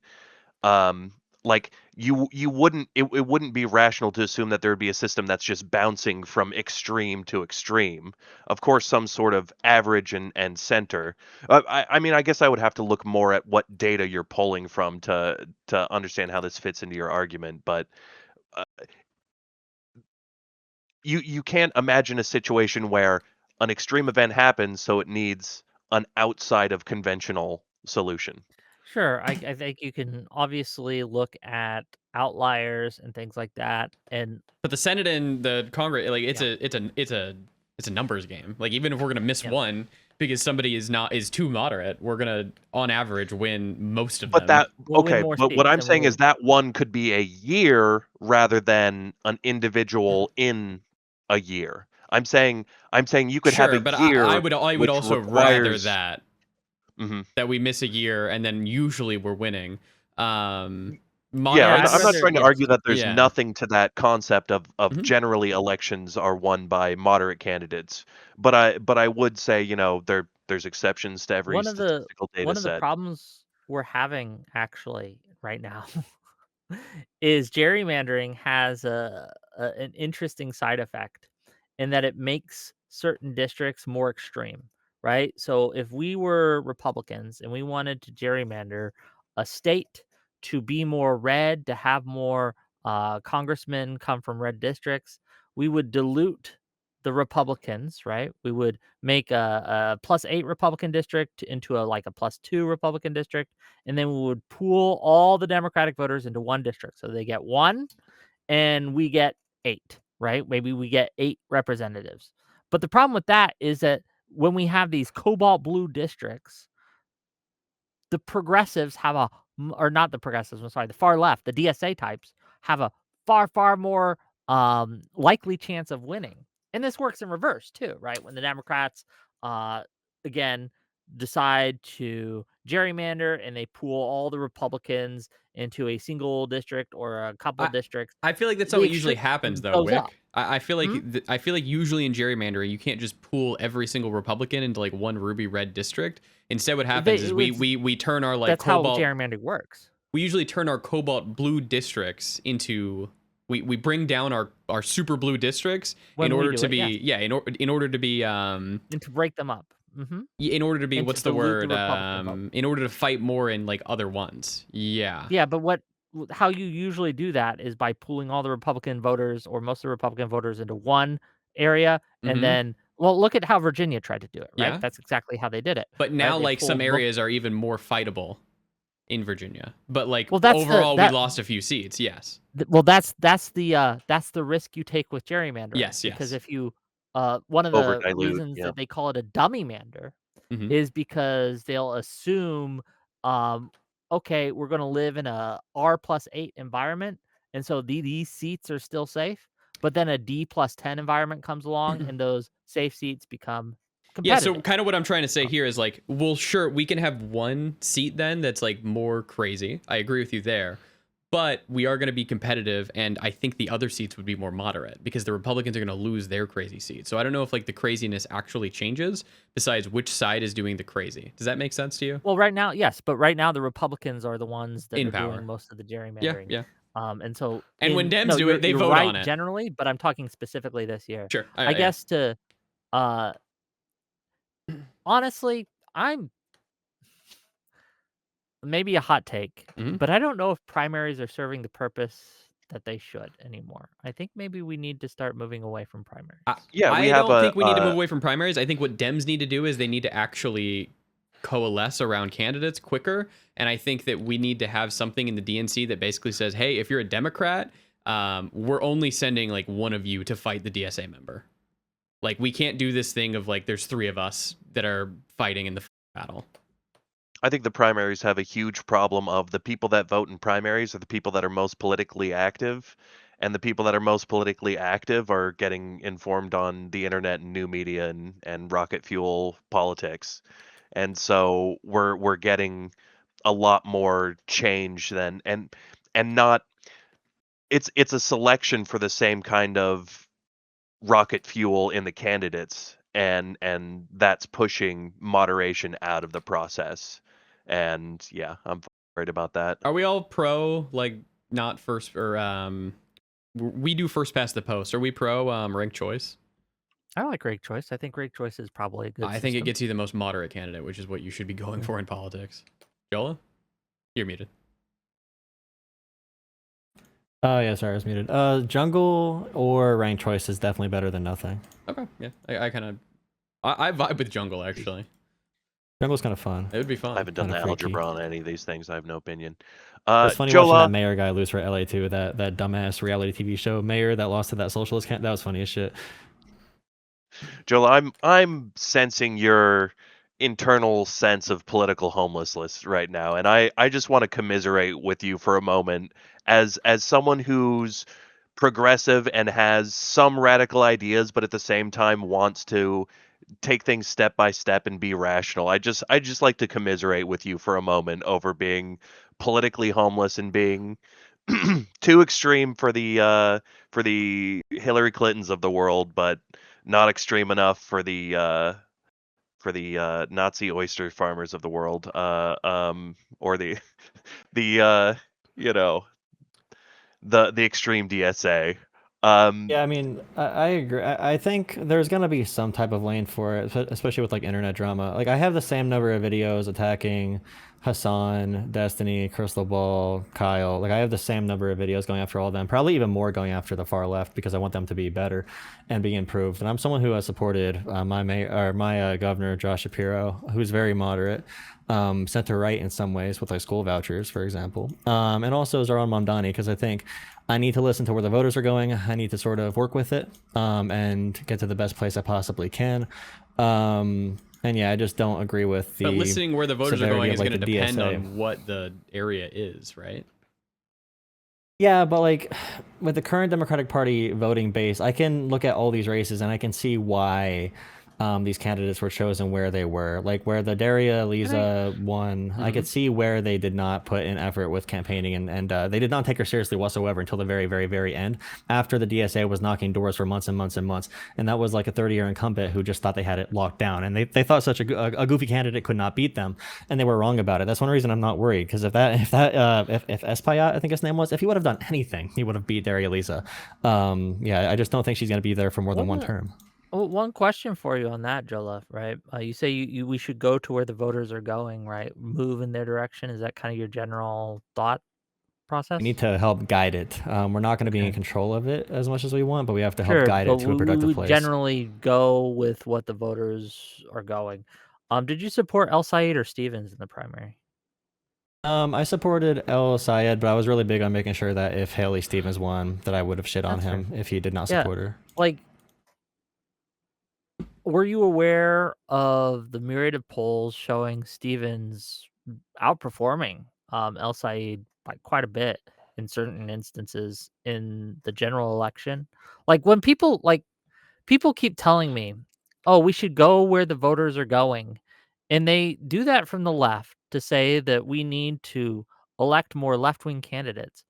But in poll after poll after poll and election result after election result after election result, we see that in general elections, when you allow all the voters to vote, they tend to move towards the more moderate candidate. So I don't understand, like, if your position is we need to go with where the voters are going, why didn't you support Stevens in the primary? I'm not going to be your guy to trust all these polls. I'm not going to, like, Susan Collins was down by 9 points, and I think she won by like 12 points in 2020. Anything can happen in the next 90 days. I think it's malleable. The differences were not that huge other than the one outlier poll. So I don't really go off of that. There's other intangibles I'd look at with the candidate. If Abdul loses, what do you performance. think is going to be the issue? I think that, well, one, I've never seen a Muslim candidate be successful in American politics whatsoever. That'll be a big issue. It was also a big issue for like Kamala, for example. Republicans are just freaking, racist as hell. You saw that one guy, Amir Hassan, his name was. Trump endorsed him Yeah. in the one district. And the Republican district voted for a white guy that was not even in the race anymore. He had no profile picture. Amir Hassan got 30% of the vote. The white guy got 50%. He got a majority of he wasn't even running. That's how racist they are. So I think that'll be part of it. Abdul's So you don't think it will be inability to build because the coalitions. Democrats didn't support him? I've been extremely vocal about Haley and McMorrow. I think they've given a masterclass in supporting the candidate that they lost to. They're going above and beyond my expectations. I've been very critical of like Jasmine Crockett for not doing that, and also Cori Bush for not doing that. So I think I'm pretty consistent along these lines, and that's why I'm saying to you guys, like, you gotta be careful who you call your enemies right away, because I'm definitely not. But well, that's why I'm asking you these questions, because I have no idea. So yeah, no, I appreciate it. No, it's all good. Now, Yeah, since go for it, Kyle. Since we've been talking about the race in Michigan so much, I do want to be clear that my understanding is that El Sayed is explicitly not a member of the DSA, and he's referred to himself as a regulated capitalist. Is there any concern that he's being dishonest with this identification? My concern with El Sayed is his associations with people I do consider to be cheerleaders of mass murder, animal abusers, and basically anti-Semitic terrorist simps. I worry that he isn't distancing himself as I feel he needs to do from this, and it does make me wonder why. Right? Why is he continuing to play footsie with someone like Hassan Piker? Does that mean that I think he's a secret socialist? I don't know. But I don't I think he do is. wonder. It does make me question what his true motives and goals are here. Mooten, do you have any input on that?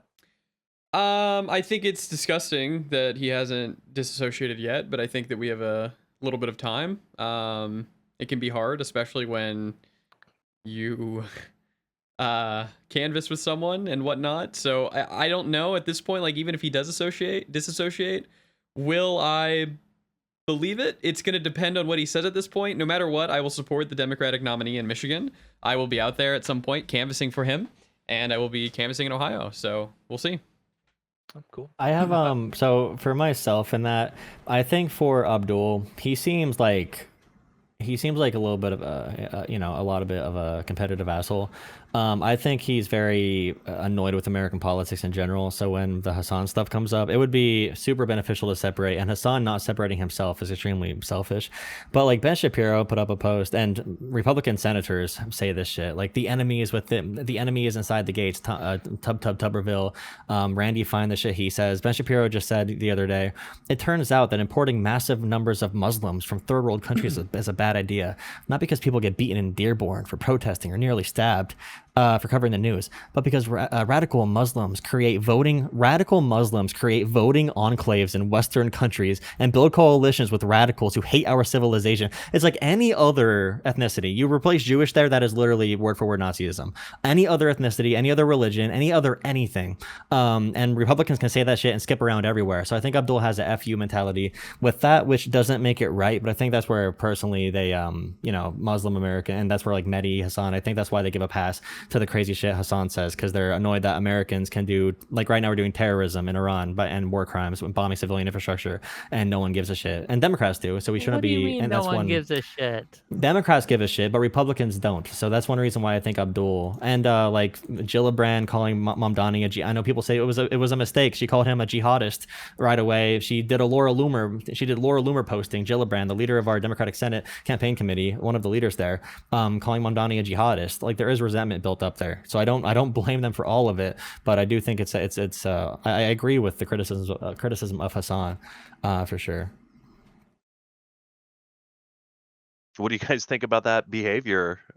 Calling him a jihadist. Can we disavow everyone? She took it back. Yeah, sure. Look, if We you were got- out there being anti Islamophobic or whatever, not anti-Islamophobic. If you're being anti-Islam or Islamophobic, cut that shit out. There are plenty of legit criticisms you can give to people like Hassan Piker and etc., where you don't have to mention their connections to Islam or whatever or lack thereof at all. You don't have to go that route. Kristen Gillibrand apologized to Ron Mamdani on Monday after she falsely claimed in a radio interview that the presumptive Democratic nominee for mayor of New York City had made references to global jihad.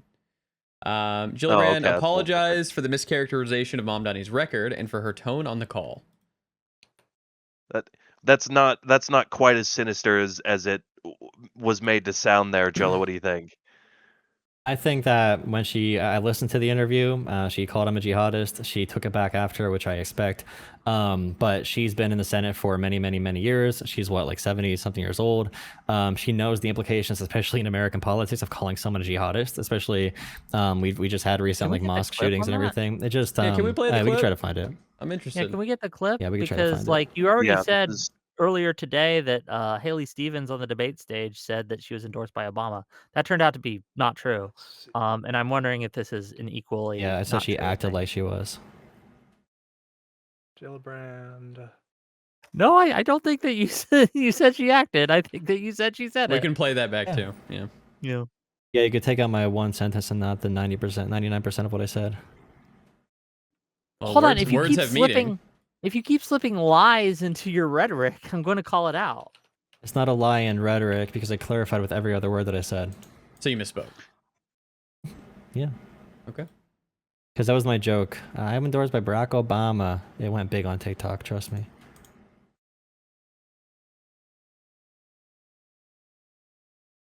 Trying to find the clip in question. It was a very obscure like radio show.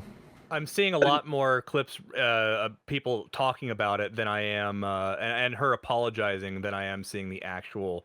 I'm not really seeing that anywhere. If you happen to have it, maybe if Here's you're my watching. guess on what happened there is she heard him talking about Antifada and Yeah. assumed jihad. That is what she said, and when she clarified. I think that's fair, but also at the same time a little bit racist. Like, You can argue, does globalized... He never said that, I don't think. He just refused to condemn it at first, and then he did condemn globalized Intifada.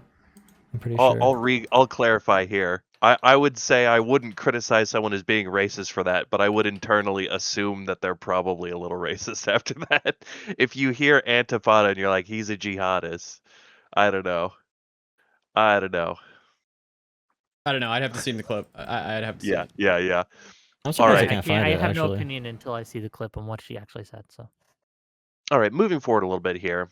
Jola, what are you the most worried about these relationships Wait, breaking down and I got a what that question. would call? What do you got? Jola, did Hassan shock his dog? Most likely. Okay. Thank you. That's all I had to know. Solid. Everyone I know with that dog does use shock training. Every single person I know with that designer dog, so I would not be surprised. Do you think that's bad? Yeah, I lean on the side of it being bad. I think lying about it would be the worst thing, though. What about keeping the dog in the corner for like 6 hours a day with a shock collar?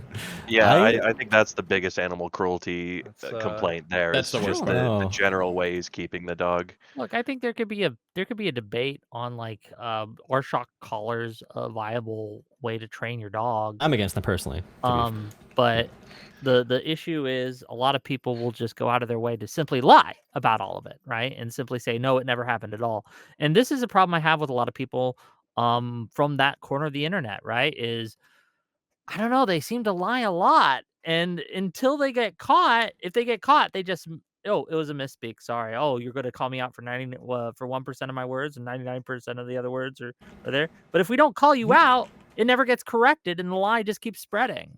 And I think that's a problem. I think this just is a like tough when issue. Gillibrand said the jihadist comment, and then she took it back after because she misspoke, right? I mean, we can't even find it, so I didn't even know if she ever said it. But she did misspeak, and she took it back after she clarified. I'd have to what see. she I'd actually have to meant. see her say it. I haven't seen it yet. I might have found it. It's a 31-minute radio show. We don't have 31 minutes. Tuck in, Such a everyone. weird- Tuck it was a in, weird, everyone. like- yeah, we're gonna sit here for 30. Yeah. All right, someone in chat figure it out for us. Somebody's chat because we don't have a chat. I think there's a little bit more meat on this dog collar shocking than meets the eye. You know, it's easy to write it off as just, desperate drama farmers trying to attack Hassan. But I think what really irks people in the center left here is that it's just another sign of the dishonesty and hypocrisy and the way that these people carry themselves. There's rules for thee but not for me, and just a constant stream of misinformation. Having said that, I would like to caution to our side as a segue into how I'd like us to treat the left and the DSA, and especially people like Jola or more like Kyle, etc. Not me, Kyle Kalinske, to be clear. Yeah, Kyle Kalinske, not this one. Treat this guy like shit. Kyle, regular Kyle here, treat him like Fuck shit. you, Kami. Anyways, when we keep bringing this up, if we don't choose our words carefully, if we don't measure our words the way that they refuse to, then we come off as drama farmers and unserious internet losers that aren't actually engaged in real political discourse. Now, that's fair for me because I am an unserious loser, not engaged in serious discourse, but I don't want that to infect you people, okay? And I think that is my big worry in I don't think Wick is wrong. I don't think Booten is wrong when he says that people like Kyle Kalinske and the DSA are my and our political enemies. But we shouldn't carry ourselves out there saying, pitchforks, Kyle Kalinske is our enemy. What we should No. instead do, is We should. measure ourselves. We should. No, I'm not measuring It's myself. But I want to be very pitchfork clear because you're right. It's You're pitchfork right. I time. want to be very particular and careful with my words so you know, dear viewer, that I mean what I say when I say it. Kyle Kalinske is an anti-American dirtbag who is our political enemy, who is someone is rotten to the core, who is a liar and a cheat and a sneak thief, and we need him out of the coalition. Hassan Piker is a cheerleader of mass murderer, he is a terrorist supporter. He loves Hamas, Hezbollah, etc. And he is someone we should vocally condemn and never campaign with. And he's a He Russian is and Chinese someone that we stooge. need to distance ourselves from quite a bit. I am being very careful and very particular with my words. I'm not trying to oversell it. This is just the God's honest truth. I think And you are Kyle so when you speaking say Kalinske in that, isn't oh, oh, on you anybody's can't say side. these things because you might be taken out of context, or you can't say these things. These are so like what's incendiary. No, I want to be incendiary. I want to incendiate these I love people, right? Like incendiary. rhetorically, right? I want them out. I want to burn them out. I love incendiary. I want effective. So how do you think those words sound on the ears of the average Hassan fan or the I average don't Kyle care what they Kalinske fan? sound to the ears of the average Hassan fan. They're not my target audience. Is there a single Hassan fan? Like, if you were in public and you're at like a Democratic event and someone's like, "Oh, I love Hassan Piker," what do you say to him? Do you try to convince Did you him know to he be more shocked like his you, or dog? do you give up? I asked him, "What do you know that he cheered his that the flag of Hezbollah is his favorite flag? Do you know that he praised Mao Zedong, who killed 40 million people? Do you know that he shocked his dog? Do you know that he once said that Hamas is 1,000 times better than Israel? Right? Like, do you know all these comments?" And you go through, and if he does, if the person I'm talking with doesn't know that, then I can excuse ignorance, and ignorance can be excused. Ignorance can be corrected. But if that person is saying, "Yeah, and I love it," then that person is my political enemy. He should not be in that room with me. It's I not would feel that's not vote the for way any it works. It's Democrat. in that person's brain, there's a lineup of 50 TikToks of Hassan going, he thinks I'm a terrorist sympathizer. Who's the real This guy's got a log of TikToks 10 years deep of disinformation. And so I think we need to do better at reaching these people. And I think if we come across too much as these just inflammatory, you know, internet dorks that are worried about a dog shock collar, I don't think that's effective The politics. problem with the That's my dog big shock collar concern. thing isn't that he'd shock the dog. The problem is that he was shocking the dog to sit in place for like 6 to 8 hours a day on his stream. That's Yeah, the problem. yeah. Well, and I And think lied about it. if you can Yeah. establish a relationship with these people and then speak to them that way, then they're more likely to for that to break through rather than the thousandth I tweet. Why are we hold on? Why are we treating like Hassan fans are very, very small. They have a lot of influence because they're in a lot of positions of power, but he's getting like 30 to 50K viewers a stream. He's not Joe Rogan. He's not like these big, huge influencer guys. He has a lot of influence because the people in the pundit class, the people in the podcaster class like him for whatever reason. But him on his own, his fans, we don't need to appeal to them. We could lose Hassan is starting every to get single smoke Hassan as well voter. on mainstream media, and I promise you that a lot of his fans are going to leave because they're going to actually see the context of what he's been saying. Like he said, in a utilitarian standpoint, it's better to rape rich women than it is to rape like poor women or whatever. These are remember that. crazy things that he's saying, and they're getting thrown out there. People are going to look at it. I'm not saying it's going to be the majority of Hassan's audience, but there are going to be some people in there with a mind for themselves and be like, maybe this isn't the community I want to be in. Yeah, I would expect there to be at least a few casual Hassan fans that don't really have like the breadth of knowledge of everything that he's ever said, but maybe they like one or two things that he said because they're also for having like a universal healthcare system in America, and then they're not like again, it's that insidiousness of it where there's like some adjacency, and then that little bit of adjacency is how they start introducing you to like Chinese apologia and abolishing the police and the Yeah. Senate. There's you have the just real clip? quick. Yeah. just- Oh, just sorry. Yeah. Go ahead, Roy. Yeah, before you do that, just to address something that some people in my audience are saying, and maybe there's some people in Moots or Jolo's audience and or our hosts here audience that might be saying the same thing. Like, why are we talking about Hassan? It's because Hassan is being brought up on all these major news channels, especially Fox News, because El Said and Hong and other Democratic politicians have decided to Campaign welcome with this him. guy into their camps. Now we have to discuss it because the Republicans are going to be discussing it every day for the next they might not be 60, 90 days. your audience. Some of your members might not be tuned into the mainstream media right now, but Fox News is talking about him. I believe MS Now. Like he is on all of these broadcasts, and his words are being used. People are seeing what he's saying. He is a popular figure on MS Now and news media to be talked about. That's why we're talking about him. Yeah.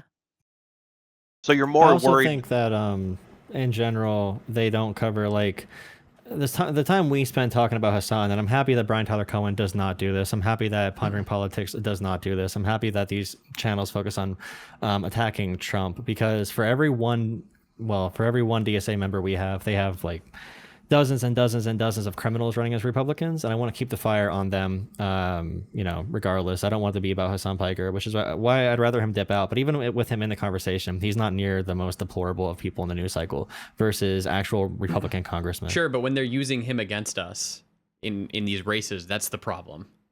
Yeah, you're they less should probably worried just say, about. they should just pivot back to issues people care about if they ask about Hassan. I don't think people care that The media is going to much. go with the narrative that gets them the most clicks and views. The media is going to promote the people who are new to the system. This is something that they're going to do. We don't get a choice. Look at El Said's interviews on what I think CNN. I think it might have been MSNBC. Don't quote me. Right? He was visibly annoyed that people kept asking him about Hassan, but he better get used to it, baby, because they're absolutely going to keep doing that because it's what gets attention. I love Josiah. He is my boy. He is my friend. But I do think that he needs to punch left just a smidge. For every 100 Trump bad videos he does, he should do one Hassan bad video. I think that's a good ratio. The average Michigan voter, I come from the Midwest, the state literally right next to it, Ohio. The average voter is not going to jive with what Hassan's saying about women getting. These are just deplorable things, and Abdul El Sayed should absolutely step away from him, or these attack ads are going to work. Yeah, I'm so curious- you I've been trying to say it for also gonna fucking say it. Yeah, go You ahead. two have been are more worried about the damage that the right will use him to affect than of the positives of converting the Kyle Kalinske fans and the Hassan fans. Yes. No, I don't need Yes. the 18-year-olds to maybe go vote this time. I'm okay on that. I'm So you curious. think there's this part of the anti-establishment that is just sort of lost to our rational causes? I mean, they'll grow up. They'll get up. They'll get with the program in a few years, but right There's now a lot they're of just not gonna 50-year-old get on the RFK vote. fans. I think there's no growing out of stupid and gullible at some point. But you know what? Maybe we can win, even though the stupid and gullible are just all gonna team up on the right eventually. Again, I don't know.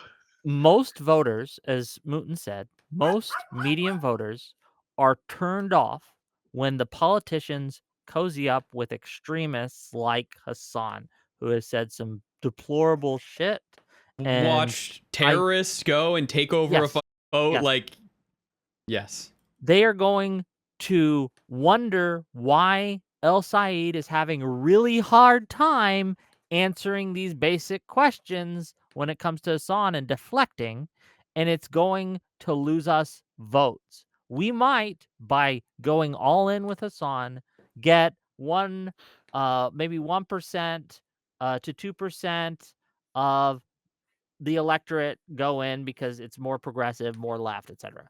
But we're going to lose 10% to 20% of the moderates who are like, I don't want to associate with a terrorist supporter. And if you just change the subject when Fox News is asking Abdul about, like, hey, how do you feel about your friend talking about, like, rich women being better than poor women? And he just goes, oh, well, I think that we should have Medicare for all, blah, blah. That is not a good look. The average voter is not going to like that. They see right through it. Yeah. They'll probably say that. Well, I'm assuming they'll say that this person is, this person never actually did this, and Donald Trump is the biggest rapist of all time. I assume that's going to be the pivot that they try. Yeah, it would be a lot better if he just nipped it in the bud and got it out of there, like Mamdani did, to his credit, when he disavowed what Hassan had said. Anyway, Mooten sent me the clip in question. It is a little over 6 minutes long. It is a Reddit post. I don't know how to 2x it and make it faster. I tried to scan through it and find the exact moment where the word jihad was used. I wasn't able to do it. Shall we watch this clip together why not? and try and find it? All right. Yep. Sharing Do some screen. racism snooping. After we watch the clip, we'll all rate it on a 1 to 10 on how racist it was. All right. Everybody, let me know when I'm good to start. I'm ready. Go for it. Chola? Good to go. James, we set? Sure. Wonderful. Hi. Good morning. Thank you for taking my call and question. I wanted to ask two very pertinent questions about the threats facing the Jewish community, unfortunately, from Zohran Mamdani. There was a bill that I was reading about that, unfortunately, he wants to target synagogues and Jewish institutions which donate to nonprofits, which are medical institutions like United Hatzalah and Magan David Adam, which is like the Jewish Red Cross. So how do we make sure that Jewish institutions are protected from his plans to punish and fine our institutions which fundraise these medical nonprofits, which do work both here in the United States and in Israel and other countries in the world? And also, how can we hold Mr. Mamdani accountable for his glorifying association of Hamas and other terror bombings of the Intifada in 1990s, where over 1,000 Jewish Israelis were killed, to his revisionist Holocaust knowledge, to the Warsaw Ghetto Uprising, where Jews were mass exterminated and faced threats? He compared when Jews were killed to when Jews fought back against Nazis. It's quite despicable. I'm sorry. Gabe, thank you for your call. There's a lot in there, Senator, some of which may be inaccurate. So I don't know. I can't fact check everything in real time. But do you know any of that to be inaccurate or accurate, including the original premise that he would somehow target synagogues if they were contributing to groups like Hatzalah, ambulance services, in a way that he could hurt the synagogues? I just don't want to give out information that's false, but I also don't want to shrink from information that's true. Well, the caller is exactly the New York constituents that I've spoken to that are alarmed. They are alarmed by past public statements. They are alarmed by past positions, particularly references to global jihad. This is a very serious issue because people that glorify the slaughter of Jews create fear in our communities. The global intifada is a statement that means destroy Israel and kill all the Jews. So these are the kinds of things that if Mr. Mamdani is elected our mayor, we'll need to assure all New Yorkers that he will protect all Jews and protect houses of worship and protect funding for not-for-profits that meet the needs of these communities. Those are the things he'll have to do as our mayor. He would certainly say that he has committed to protecting all Jews in New York as mayor of New York. Do you dispute? Do you doubt that? Well, one of the issues I did talk to him yesterday was exactly this issue, and he has agreed to work with me on this and to protect all residents. So this is something I care deeply about, and so I will be an advocate on these issues. These are things that I think are important to New Yorkers, and I will work with him when he gets elected, if he gets elected, to make sure everyone is protected. I also, on the federal level, work to get resources for all our religious sites in the state and in the city. I lead the letter for funding for I lead the letter for the funding to protect synagogues and churches and temples and places of worship across our city and state. And these are things that he has assured me in my one conversation that he will protect everyone. But I understand why people are concerned because of past statements. And so this is just an issue that I will work with him on for sure. I just feel compelled to say we can find no evidence that he has supported Hamas or has supported violent jihad, as that caller was asserting. Can you? Here we go. Again, Brian, I don't have all the data and information, and I've never sat down with Mr. Mamdani. So I've asked to have that meeting. I'm going to have that meeting. We will talk through all these things. He can tell me his views of the world, and I can learn them firsthand. I think the reference that I had read was global intifada specifically, which has very serious meanings that are violent and destructive. So which he says, and I pressed him on this on the show on Monday, but which he says are not calls for violence because intifada is a much broader term involving all kinds of uprisings and resistance and things like that. So I just want to be clear about how at least he defines it. And maybe he needs to be more clear. I don't mean this. I don't mean that. He did say here that he didn't want to be the word police, even as the mayor of New York, if he's elected. But I do also want to be clear that he said he does not support violent intifada. Is that fair? So, Brian, I didn't hear your exchange with him, but if I was speaking to him directly, I would simply say that is not how the words are received. And it doesn't matter what meaning you have in your brain, it is not how the word is received. And when you use a word like intifada to many Jewish Americans and Jewish New Yorkers, that means you are permissive for violence against Jews. It is a serious word. It is a word that has deep meaning. It has been used for wars across time and violence and destruction and slaughter and murder against the Jews. It is a harmful, hurtful, inappropriate word for anyone who wants to represent a city as diverse as New York City with 8 million people. And I would be very specific in these words, and I would say you may not use them again if you expect to represent everyone ever again, because they are received as hateful and divisive and harmful, and that's it. So I appreciate that he told you he didn't mean that, and that's great. That's And a I great think place to start. also clarify, or he was clarifying that he never said globalize the Intifada. He was asked in an interview if he would denounce the phrase globalize the Intifada, and then that led to this kind of conversation, that you were just referring to. But that he was never out there saying globalize the Intifada. He was asked about other people who used it. So just to be precise about what happened there. Yes. Well, as a leader of a city as diverse as New York City, with 8 million people, as the largest Jewish population in the country, he should denounce it. And that's it, period. And you can't celebrate it, you can't value it, you can't lift it up. And that is the challenge that Jewish New Yorkers have had, certainly since October 6th. October 7th. It is exactly what they have felt. It is why Jewish students in our universities have felt unsafe. It is why Jewish students have felt that their schools did not have their backs and cared about them or their learning, because the people doing these protests use words that have meanings that are far more violent and horrific than they may have intended. But when you hear things like intifada, when you hear things like jihad, when you hear from the river to the sea, it is received as slaughter the Jews and destroy Israel, period. It's how it's received. And if you talk to any group, you talk to our LGBTQ community, you talk to our Black community, you talk to our Hispanic community, there are words and there are imagery and there are things that are said that they will hear it and feel it as a dagger to their throat. And so if you want to be a leader, you have to recognize how these things are felt and received, and saying there should be no word police is irresponsible. Because as a leader, you have to protect everyone, period. One more thing before you go, for you as a member of. Okay. So you said that she called him a jihadist, huh? Take it, Moon. I'll let you do it. So the exact quote, well, the caller is exactly the New York constituents that I've spoken to that are alarmed. They're alarmed by his past public statements. They're alarmed by his past positions, particularly in references to global jihad. So they're alarmed in his past positions in reference to global jihad. This is a very serious issue because people that glorify the slaughter of Jews, meaning Mamdani, create fear in our communities. Yeah, I think that's pretty bad. This was probably from the video clip we saw was probably and that's from why the she same apologized. interview, but maybe not from the same. That's why part of she the interview. apologized too, because it was bad. Now, because Jola's reading a quote that's conflicting What was the or next not sentence? in the clip. Yeah. Yeah, that's Wait, not in the clip. that was from 119 Was in the clip. Oh, that was actually in Have there. the clip pulled up, yeah. She says it one time, and then immediately in the next sentence she corrects it and says global intifada. She says jihad again at the final minute again.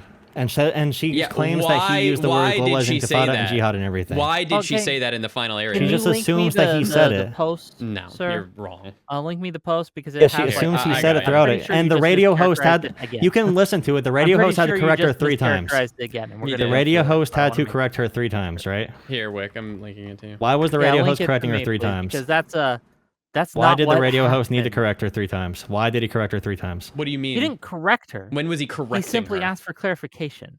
Yeah, right? why did he need She to was clarify 3 very times? Why did he clear. need to? Do we need to re-listen to the 6-minute clip? Were you ADHD'd I out? hope not. She I started just off closed by the stream. I saying hope that his comments in reference to global jihad and globalized the intifada. She said it again. She said that Pull it the clip back glorifies up. the We need killing to of go. Jews. We actually got to go And then line at the by line. very end, after he says, "Are you sure he said that?" She says, "It doesn't matter if he said it or not. He should condemn it." Is that not right? I'm gonna read the quote. Well, the caller is exactly the New York constituents that I've spoken to that are alarmed. They are alarmed by past public statements. They are alarmed by past positions, particularly references to global jihad. This is a very serious issue because people that glorify the slaughter of Jews create fear in our communities. The global intifada is a statement that means destroy Israel and kill all the Jews. That's not saying that Mr. Mamdani is a jihadist in any way, shape, or form. Why are you characterizing this as something it's not? When we have the transcript right here, we can read it. She never says in this entire exchange. Gillibrand's apology says, Gillibrand apologized, this is in writing from her office, for mischaracterizing Mamdani's record and for her tone on the call. Why did she She should not- apologize that's my problem with about what she did. She should mischaracterizing? not have Everybody apologized for knows anything about she this did. except you guys because you are brain broken by you are online literally lefties. saying that she called From him a Gillibrand's jihadist. office. She absolutely did not call him a jihadist. Why did she apologize for her mischaracterization of Mamdani's record and for her Because she tone got- on the call? Every time you criticize anyone on the left, you get harassed. So she's Was she gonna not wrong to apologize say that Ben to the Mamdani mob. spoke of jihad and globalized the intifada? That he referenced a jihad and globalized the intifada? I'm pretty sure she Did he do that? I don't know. I haven't watched every Mamdani. As clip. Mamdani glorified the killing of Jews and repeated globalized the intifada I have no idea. and I supported haven't global seen every jihad. Mamdani clip. You know who did? That's why she apologized. I think you're Kirsten ripping the Gillibrand context from it a didn't little say bit that there. He did that. Yeah, you're in that literally clip. yeah, you are. I think she was trying to. Never She said very that she said specifically that, contextualized that and he said said that. Governor Hochul also commented on the racism Mamdani is already facing, including from New York's own Kirsten Gillibrand. So even Kathy Hochul, the centrist governor of New York, Nice backed appeal up to authority. what I'm saying. Very good. We get That's it. not an appeal to authority. That That's literally talking is. about the Democrats on the ground who also have the same interpretation I did and what most Democrats did interpret. So your you guys are broken interpretation by is online lefty absolutely community, so you don't have the wrong. same interpretation. You're literally on here You lying lied to again. us. You've lied twice You now. lied You to came on us. here and said she called him a jihadist. She did not call him a jihadist. You're literally wrong twice. Saying that he referenced global jihad and globalized the intifada in a positive calling way. him a in my jihadist, yes or opinion, no? in my opinion, saying you support jihadism, yes. Well, then you're retarded. By categorically, you are ideologically a jihadist. Yes, you didn't. Not that you did it, but that you believe in the use of Even force and say that violence. I want to be clear. Kirsten Gillibrand never even said that he said. See, these this is the things. issue, though. The He entire said Democratic she was- Party agreed this was a I bad have not, statement and she called it said out. this several times during the call. I gotta that go read I the have apology because I supermajority don't of the even party. fucking believe you on the These are things that apology I've because heard. you're a liar. A supermajority of Democrats heard exactly what I heard. No, including because, no, the what governor they of did New is they York listened and to Gillibrand herself. Twitters and TikToks claim that's what she said and just lie about what she said. And then Everybody can read it for again, themselves. through Everybody can osmosis, read got it. that into Yeah, their everybody head. can also go You listen just to the clip lied and to hear us, that you're man. a fucking liar, Yeah, she took it back. Everybody, you can't even point out the lies you're claiming. We I don't just think did. it does it any good to call it a lie. I think this is just people in different it's a lie. information Now bubbles. he's lied twice. It's Nice It's try. incorrect. It's not. I don't believe it's intentional. I think You're this is wrong. legitimately how he sees it. I think this is the The information supermajority of presented to him. Democrats. I can understand his perspective and where it comes from. I wouldn't call Stop. it a lie. Stop it. No. Can you understand like Trump's perspective where he comes from when he says that he's winning the Iran think- war? No, you we can think- look at things. We All can right. You look think at Joe Law objectives is of the equally job as of a dishonest as podcaster, Donald the Trump? job of an influencer isn't to hear someone say it's raining and hear another guy say it's not raining and then say, well, both sides have a point. It's to go out, look through the window and see if it's raining or not, and then say who is correct and who is incorrect. That is a way If more. I simple say, and if I observable say, fact. for That is example, so if much I more say simple that, and if I observable. say Wick has made comments glorifying the killing of black people, and Wick had made comments glorifying the assistance of the KKK, what do people assume about you, Wick, if you glorify the killing of black people and the KKK? If I claim I you would made those ask, comments, where did you see those clips? Where'd you find you them? can read the transcript that we just watched.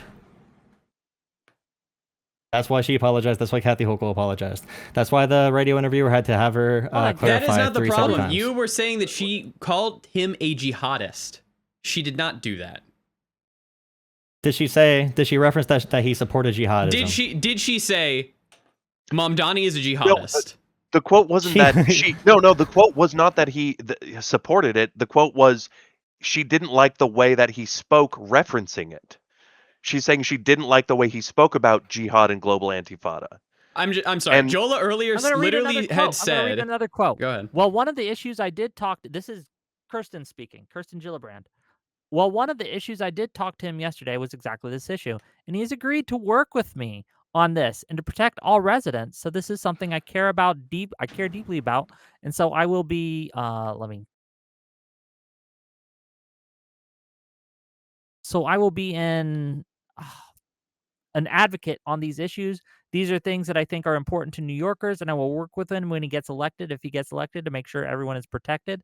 That's her saying in this entire clip. It's her repeating, like, Mamdani is willing to work with me to protect the residents of New York City and to protect Jewish people. Then she goes off and talks about how when people talk about global intifada, they hear kill the Jews, right? And that's a fair thing to say. That's a fair point to have. She had no need to apologize for that at all, right? I think that one of the problems we're having on the left is people are forced to make apologies when they have done nothing wrong.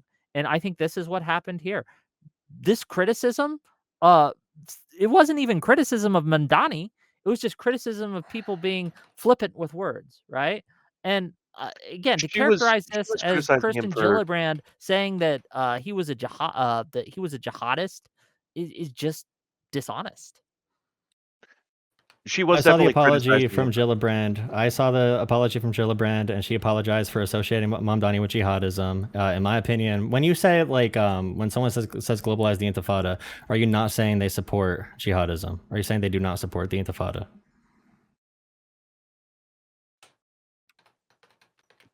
Say that again. It didn't Yeah. compute If in you my Can say you brain. repeat? someone supports globalizing the Intifada, what do you assume about that person? That they support the globalizing the Intifada. Did she If you say say that in this someone, clip? if That you say someone Mamdani references supported jihadism, globalizing the what do you Intifada? assume about that person if they reference jihadism in relation to not protecting New York Jews? Again, I'm looking through this. I can't see a spot where here it is. We will talk through all these things. He can tell me his views of the world, and I can learn them firsthand.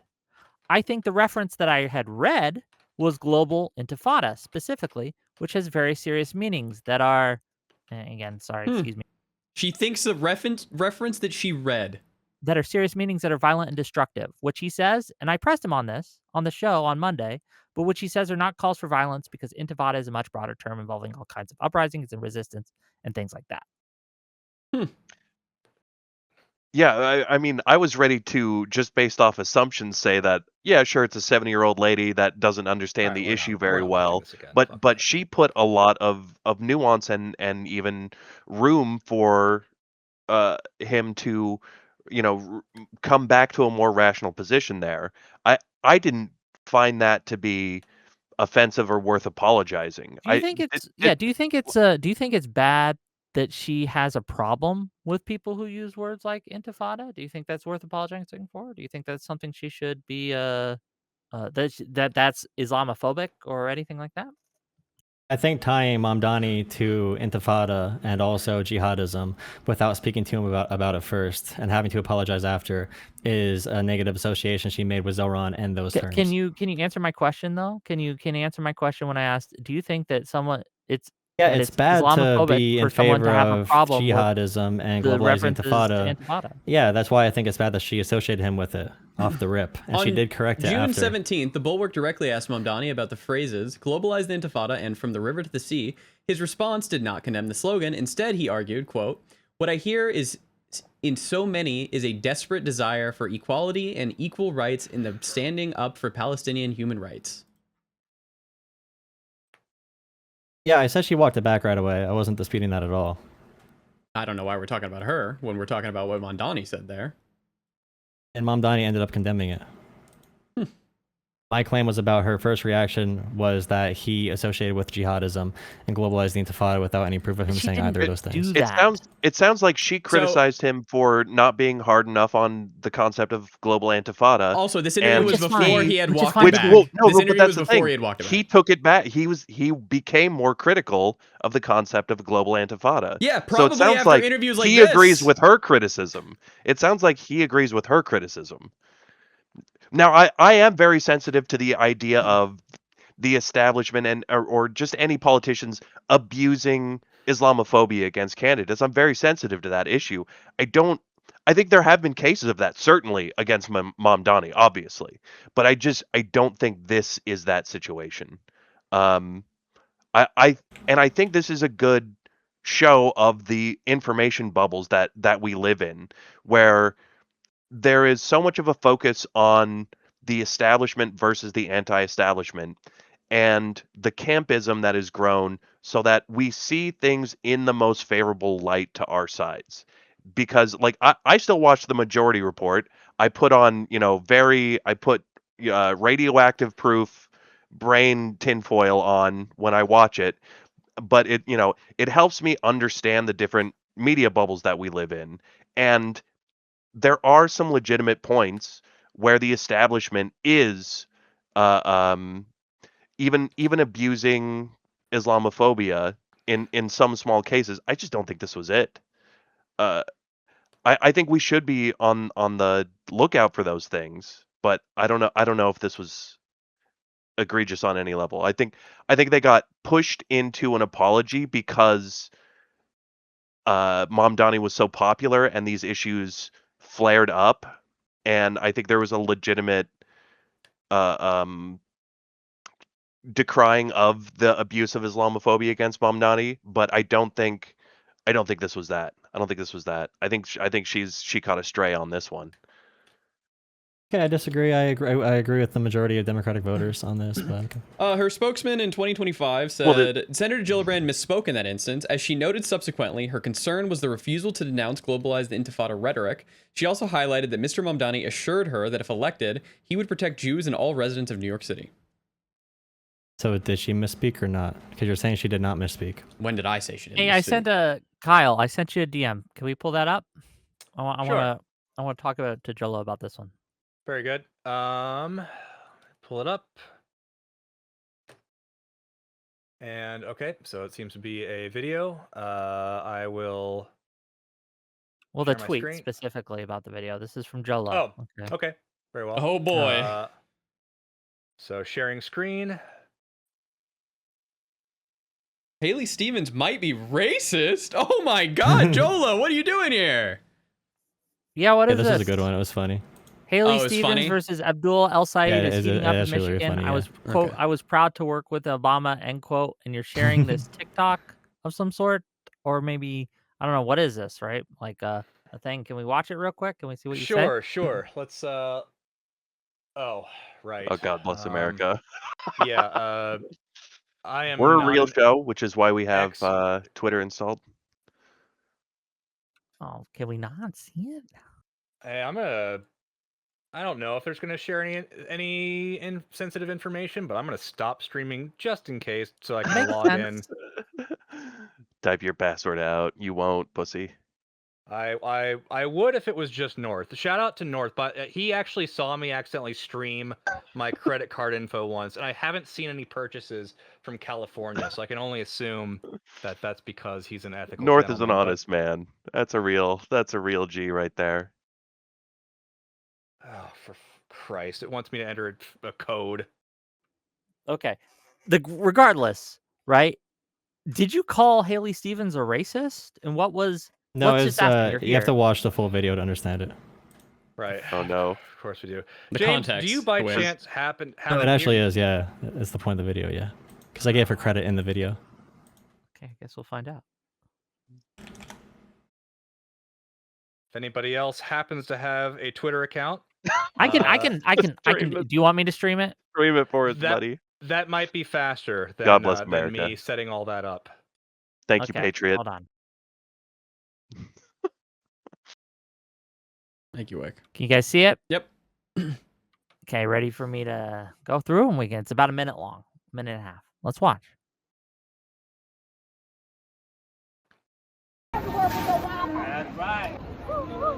Haley at her events, she sees that a was bunch a of little white people. She sees a black person. She's like, "Hey, you! I worked with Obama. I worked with Obama. Vote for me." Wait, you people do like Obama, right? I'm gonna walk up to random black people and be like, "Hey, I supported Barack Obama."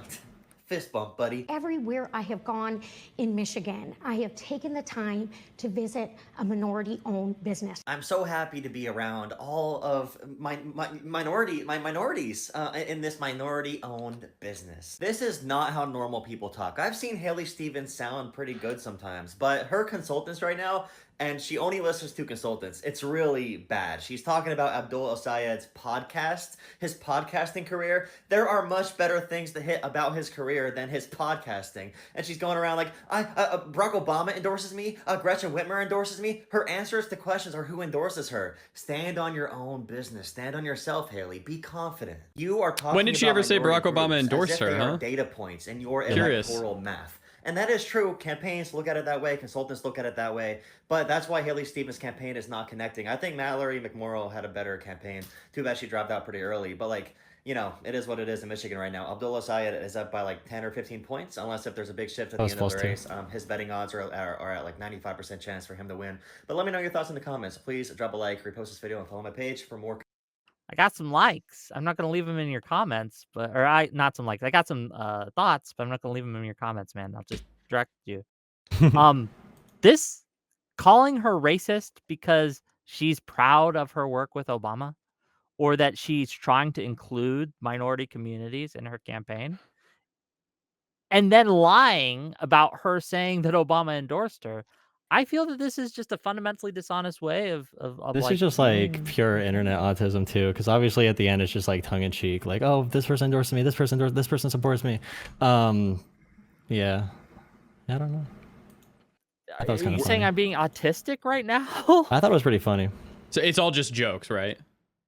No, it's not all just Nothing jokes, but I think the whole tone of the video is pretty jovial. I don't think so. I think you were doing serious-ish political commentary there, and you got caught lying, and you look like an idiot. Okay. Cool. I think while you are using humor, I think you are brushing over and abusing the accusation of racism to create a bigger political message there. And I don't think you're doing that, intentionally or The joke cynically. is pandering, obviously. The pandering is the joke. Yeah, obviously. you're mocking their pandering. I think Were you joking about this? Were you joking Mocking. that you thought she there's was a little mocking? bit of I think there's a It's Schrodinger's mockery joke there. about pandering. It's a Okay, joke when yeah, it's a but joke, mockery but it's isn't- not a joke when you need it to be. You're the barb still sets, even though you're pretending it's just a joke. You're still setting that poisoned barb in there, and I personally am not going to say that I think you're a bad person for doing it that way. I think it's just you're putting poison into the discourse when you do it that way. You get the communists on your ass. That's not good. Like, I'd send that to my No. buddies, but I wouldn't try and use that in the algorithm and put it into the greater discourse personally. I think it's, well, I mean, unless you're like pedal to the metal cynical, okay? Unless you want to be pedal to the metal cynical. If you want to use these little, toxic moments in the discourse to promote, I won't necessarily say I'll respect that, but I'd understand it. I understand it. I understand that in this media landscape, we have to use a little bit of rocket fuel to get things going. I just want to make sure that it's a safe rocket, okay? I want to make a safe rocket.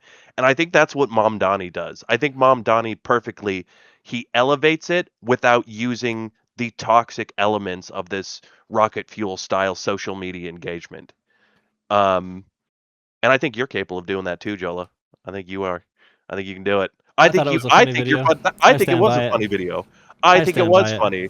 Democrats got a message better. I stand by it. I stand by all of this. I stand by the I Democrats. stand by a majority of Democratic voters. I stand by the idea we need to work with Democratic voters and where they're going, and they want the party to change. And you guys don't push for the party to change. And when I make jokes like this, it is mocking. It is going to be in that tone. But overall, when I give a messaging advice to Haley Stevens, the overall point is Democrats need to be better. And if I'm going to shit talk a little bit and go back and forth, the shit talking is fine. And people that watch my TikTok regularly know that I'm a sarcastic asshole sometimes. And when we go through these different points, I also have videos on my channel giving Haley Stevens the most credit in the world, and Mallory McMorrow. So I have a huge balanced approach on my TikTok. If you judge a political opinion off a 60-second TikTok, then yeah, you can say it could be bad in a microcosm of that example size. But no, I stand by that post. I think it's pretty funny. Let me give you a little advice then. Don't lie in your TikToks and message and then expect people to take you seriously.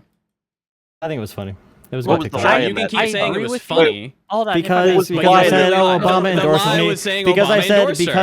Because first off I said, oh, I worked for Obama, and then I said, I'm endorsed by this person. Yeah, it's obviously, yeah, I'm making a very serious political point in that tone. That is how she sounded in the debate. I think even Wick made a joke about that, where Abdul said about APAC, and that Haley Stevens said, I'm endorsed by. So if you want to be like, oh, that particular word wasn't correct in there, I still said working with Obama, and obviously it's a jovial tone video, and the interpretation on the ground of all the flyers, and the same way that Trump put out flyers in Pennsylvania and had voters believing that he was pro raising Social Security, increasing the payments and increasing healthcare coverage through Medicaid, the same way you could throw flyers around Michigan and have people believe that because Obama's on every single flyer on the front page and they only send that front page flyer with Obama to black voters, yeah, it's pandering. You can keep word salading if you'd like, but you lied in the video and it's cringe and stupid. I'm talking about actual politics. I'm talking about the point I was getting across with that video, and I know you know what that means. You just want to pin it on that point. Yeah, I'm going to pin it on you lying in the video, and your video could have been better if you didn't lie and didn't use that phrase, that Trimble has.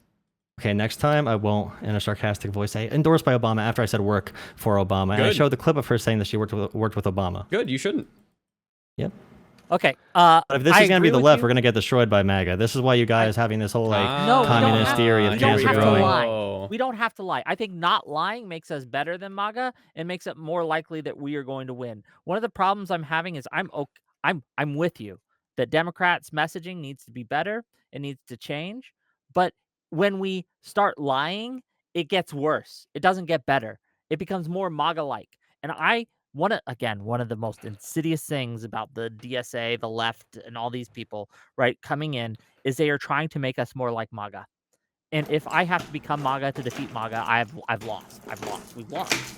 And we don't have to is the thing. This is a false choice. We do not have to become more like them in order to win. We don't. We can simply draw bright red lines, take a stand for something, and message it much better than we have been, and we will do much better than we are doing right now.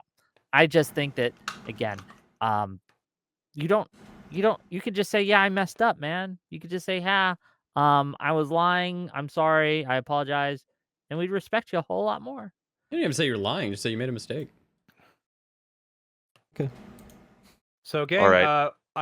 We are looking to wrap up the main conversation. About 15 minutes for people who have sleep schedules and live on the East Coast. We will be open for call-ins if anybody would like to stick around and chat with callers. Otherwise, if you have to bounce, obviously feel free, and we appreciate you being here. With these last 15 minutes, though, I want to refocus us a little bit more on the DSA as a whole and talk about where our lines are as far as who we are willing to vote for. Where should the Democratic voters put their vote if they have a DSA candidate? Starting with you, Wick. It would depend on the office that is up for grabs.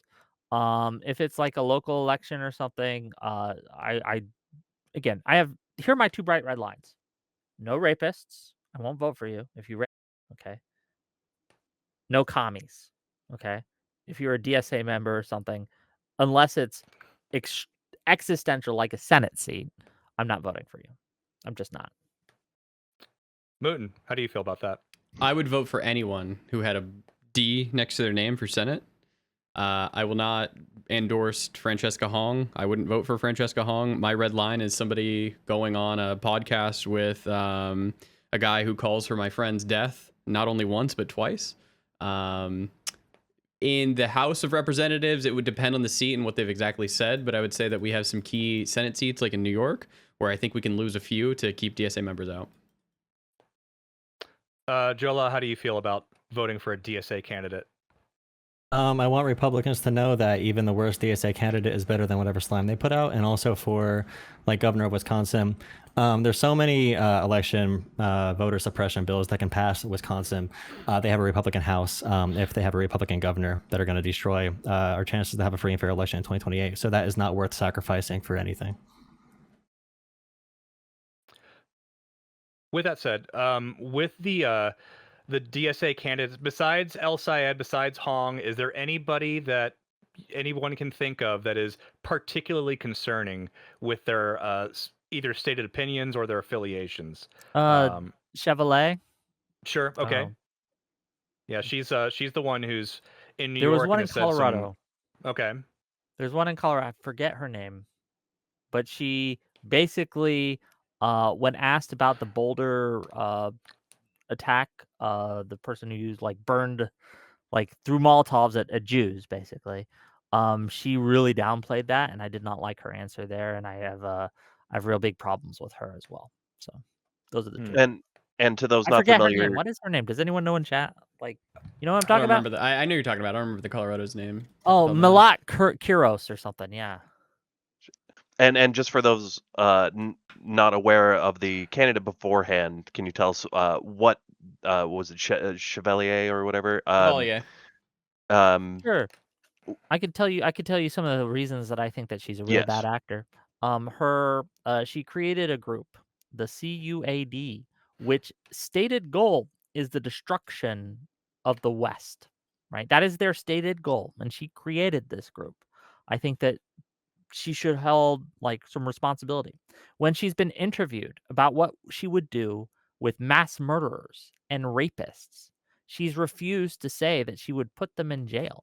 That's concerning to me, right? She wouldn't deport a rapist or a murderer.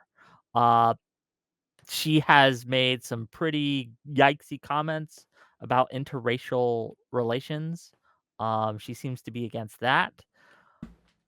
I honestly, there's a lot, and these all are pretty disqualifying to me. I think that if your stated goal is to destroy the West, then I'm not voting for you. Sorry. Fair enough. Mooten, any other candidates that you're particularly concerned about right now, aside from the aforementioned?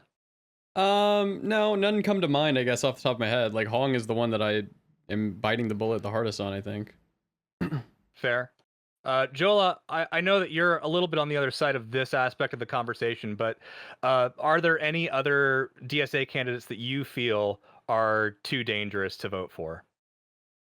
On the fringes, Daria, Lisa, and Hong, the same answers. We'll see if Daria Lisa makes any concessions to moderate. If Zoran and AOC can get her too. So time will tell. She's gonna win regardless. So I'd vote for her over the Republican. In a display of goodwill. All right. I don't think she's running contested. I think it's an uncontested seat. Oh, is it? Okay. She doesn't even need your goodwill. Is she running? Doesn't even need it. Let me see. I could be wrong on that, but well, you know what? I should check things before I say it, right? So I don't turn into True. into a Jilla. But let me see. God, would you check DMs? Oh, I suppose I could.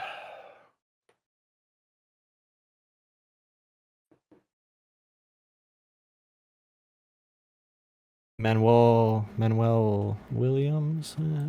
There's a Republican, I think. Army veteran. No, the Republican primary was canceled. Withdrawn or disqualified candidates. Emmanuel Williams. I think. Did he get disqualified?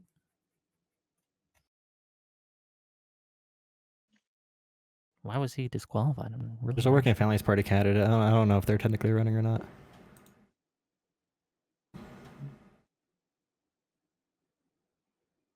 One other thing I did want to cover is Wick. Tell us about your liberal alliance that you're building. Oh, the LAN? Liberal Action Network. So first of all, Yes, sir. I am not in any leadership position within the Liberal Action Network, just to make that clear.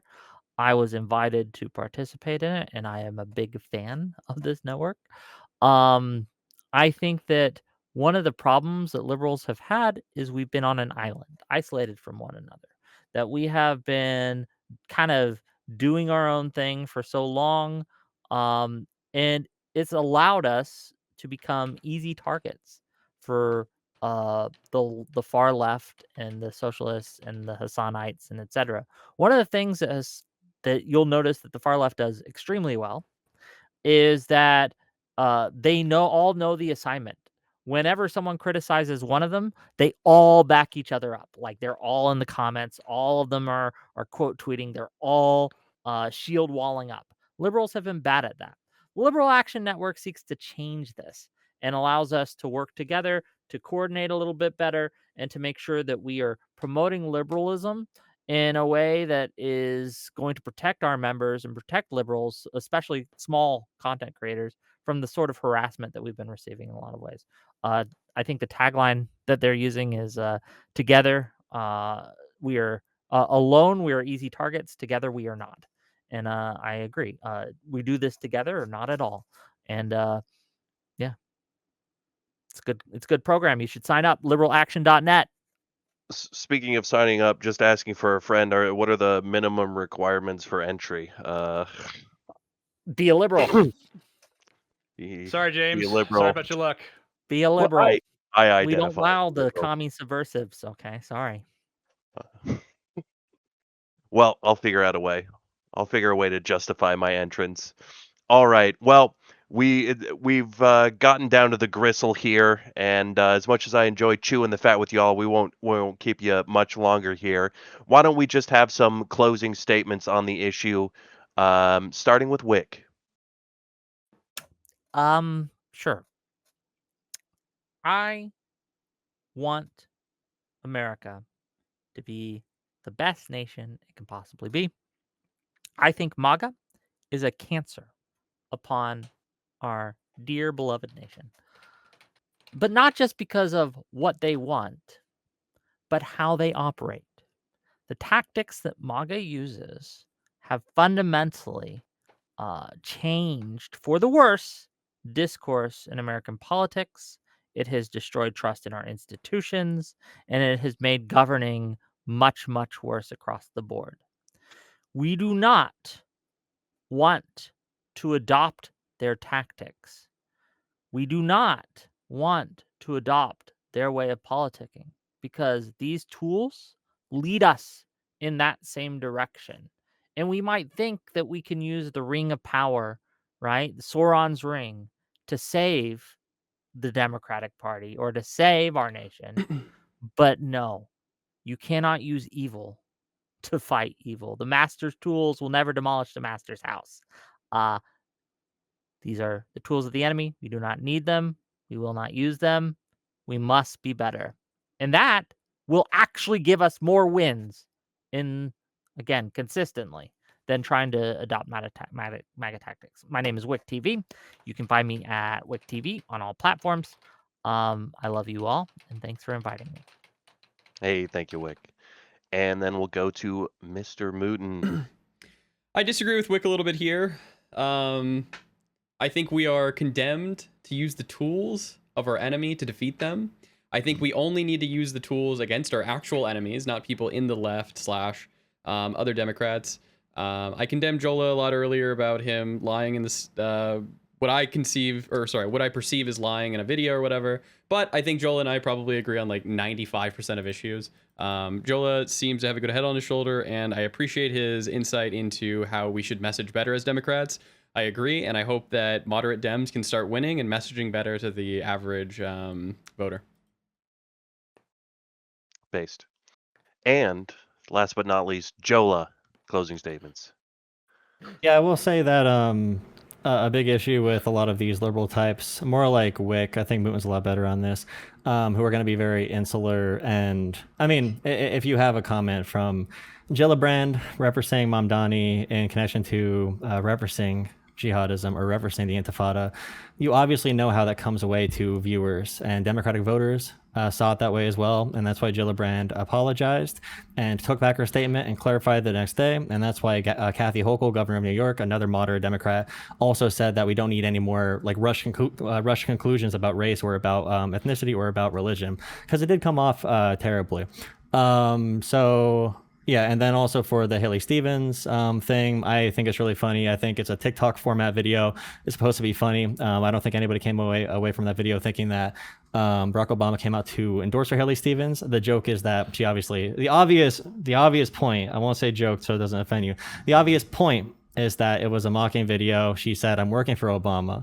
And then she referenced, she gave the appearance that Barack Obama endorsed her, which, everybody on the ground in Michigan. And that was intentional by the campaign. It was very smart by the campaign as well. But denying that reality is insane. And trying to frame anybody as a liar is a good way to cut down from your political movement, especially your online political movements. Now, I'm not going to go hop in and defend Hassan, But for any like Destiny fans who are sick of just covering the far left every day, when he did not even cover the primaries, after Hassan was partying with the primary winners, then he covered the primaries. He had nothing to say about. He barely even knew who the candidates were. Then he was mad about the results. So for anybody who's going to be who's mad that he doesn't cover politics, make sure you watch our debate tomorrow, hosted by Wick, which I'm sure will be a very moderate and equal platform, unbiased. Wick will be very unbiased in the conversation. Very unbiased. No, but I do appreciate all of you. And yeah, definitely looking forward to continuing this. Excellent. Well, gentlemen, thank you all for joining us tonight. We really appreciate it. And hopefully to anybody watching, this was informative and useful for determining where you stand, or at the very least, supporting hopefully at least had a good time. We do have a couple people waiting in the waiting room for calls, but if anybody has to bounce, I totally understand. I'm going to bounce because it's pretty late for me, and I wake up at like 6 a.m., so. I'll take 1 or 2 callers, but see you later. I appreciate the convo. Exactly how much we have. Hey, thank you, Moon. Thank you. Thank you for having me. I just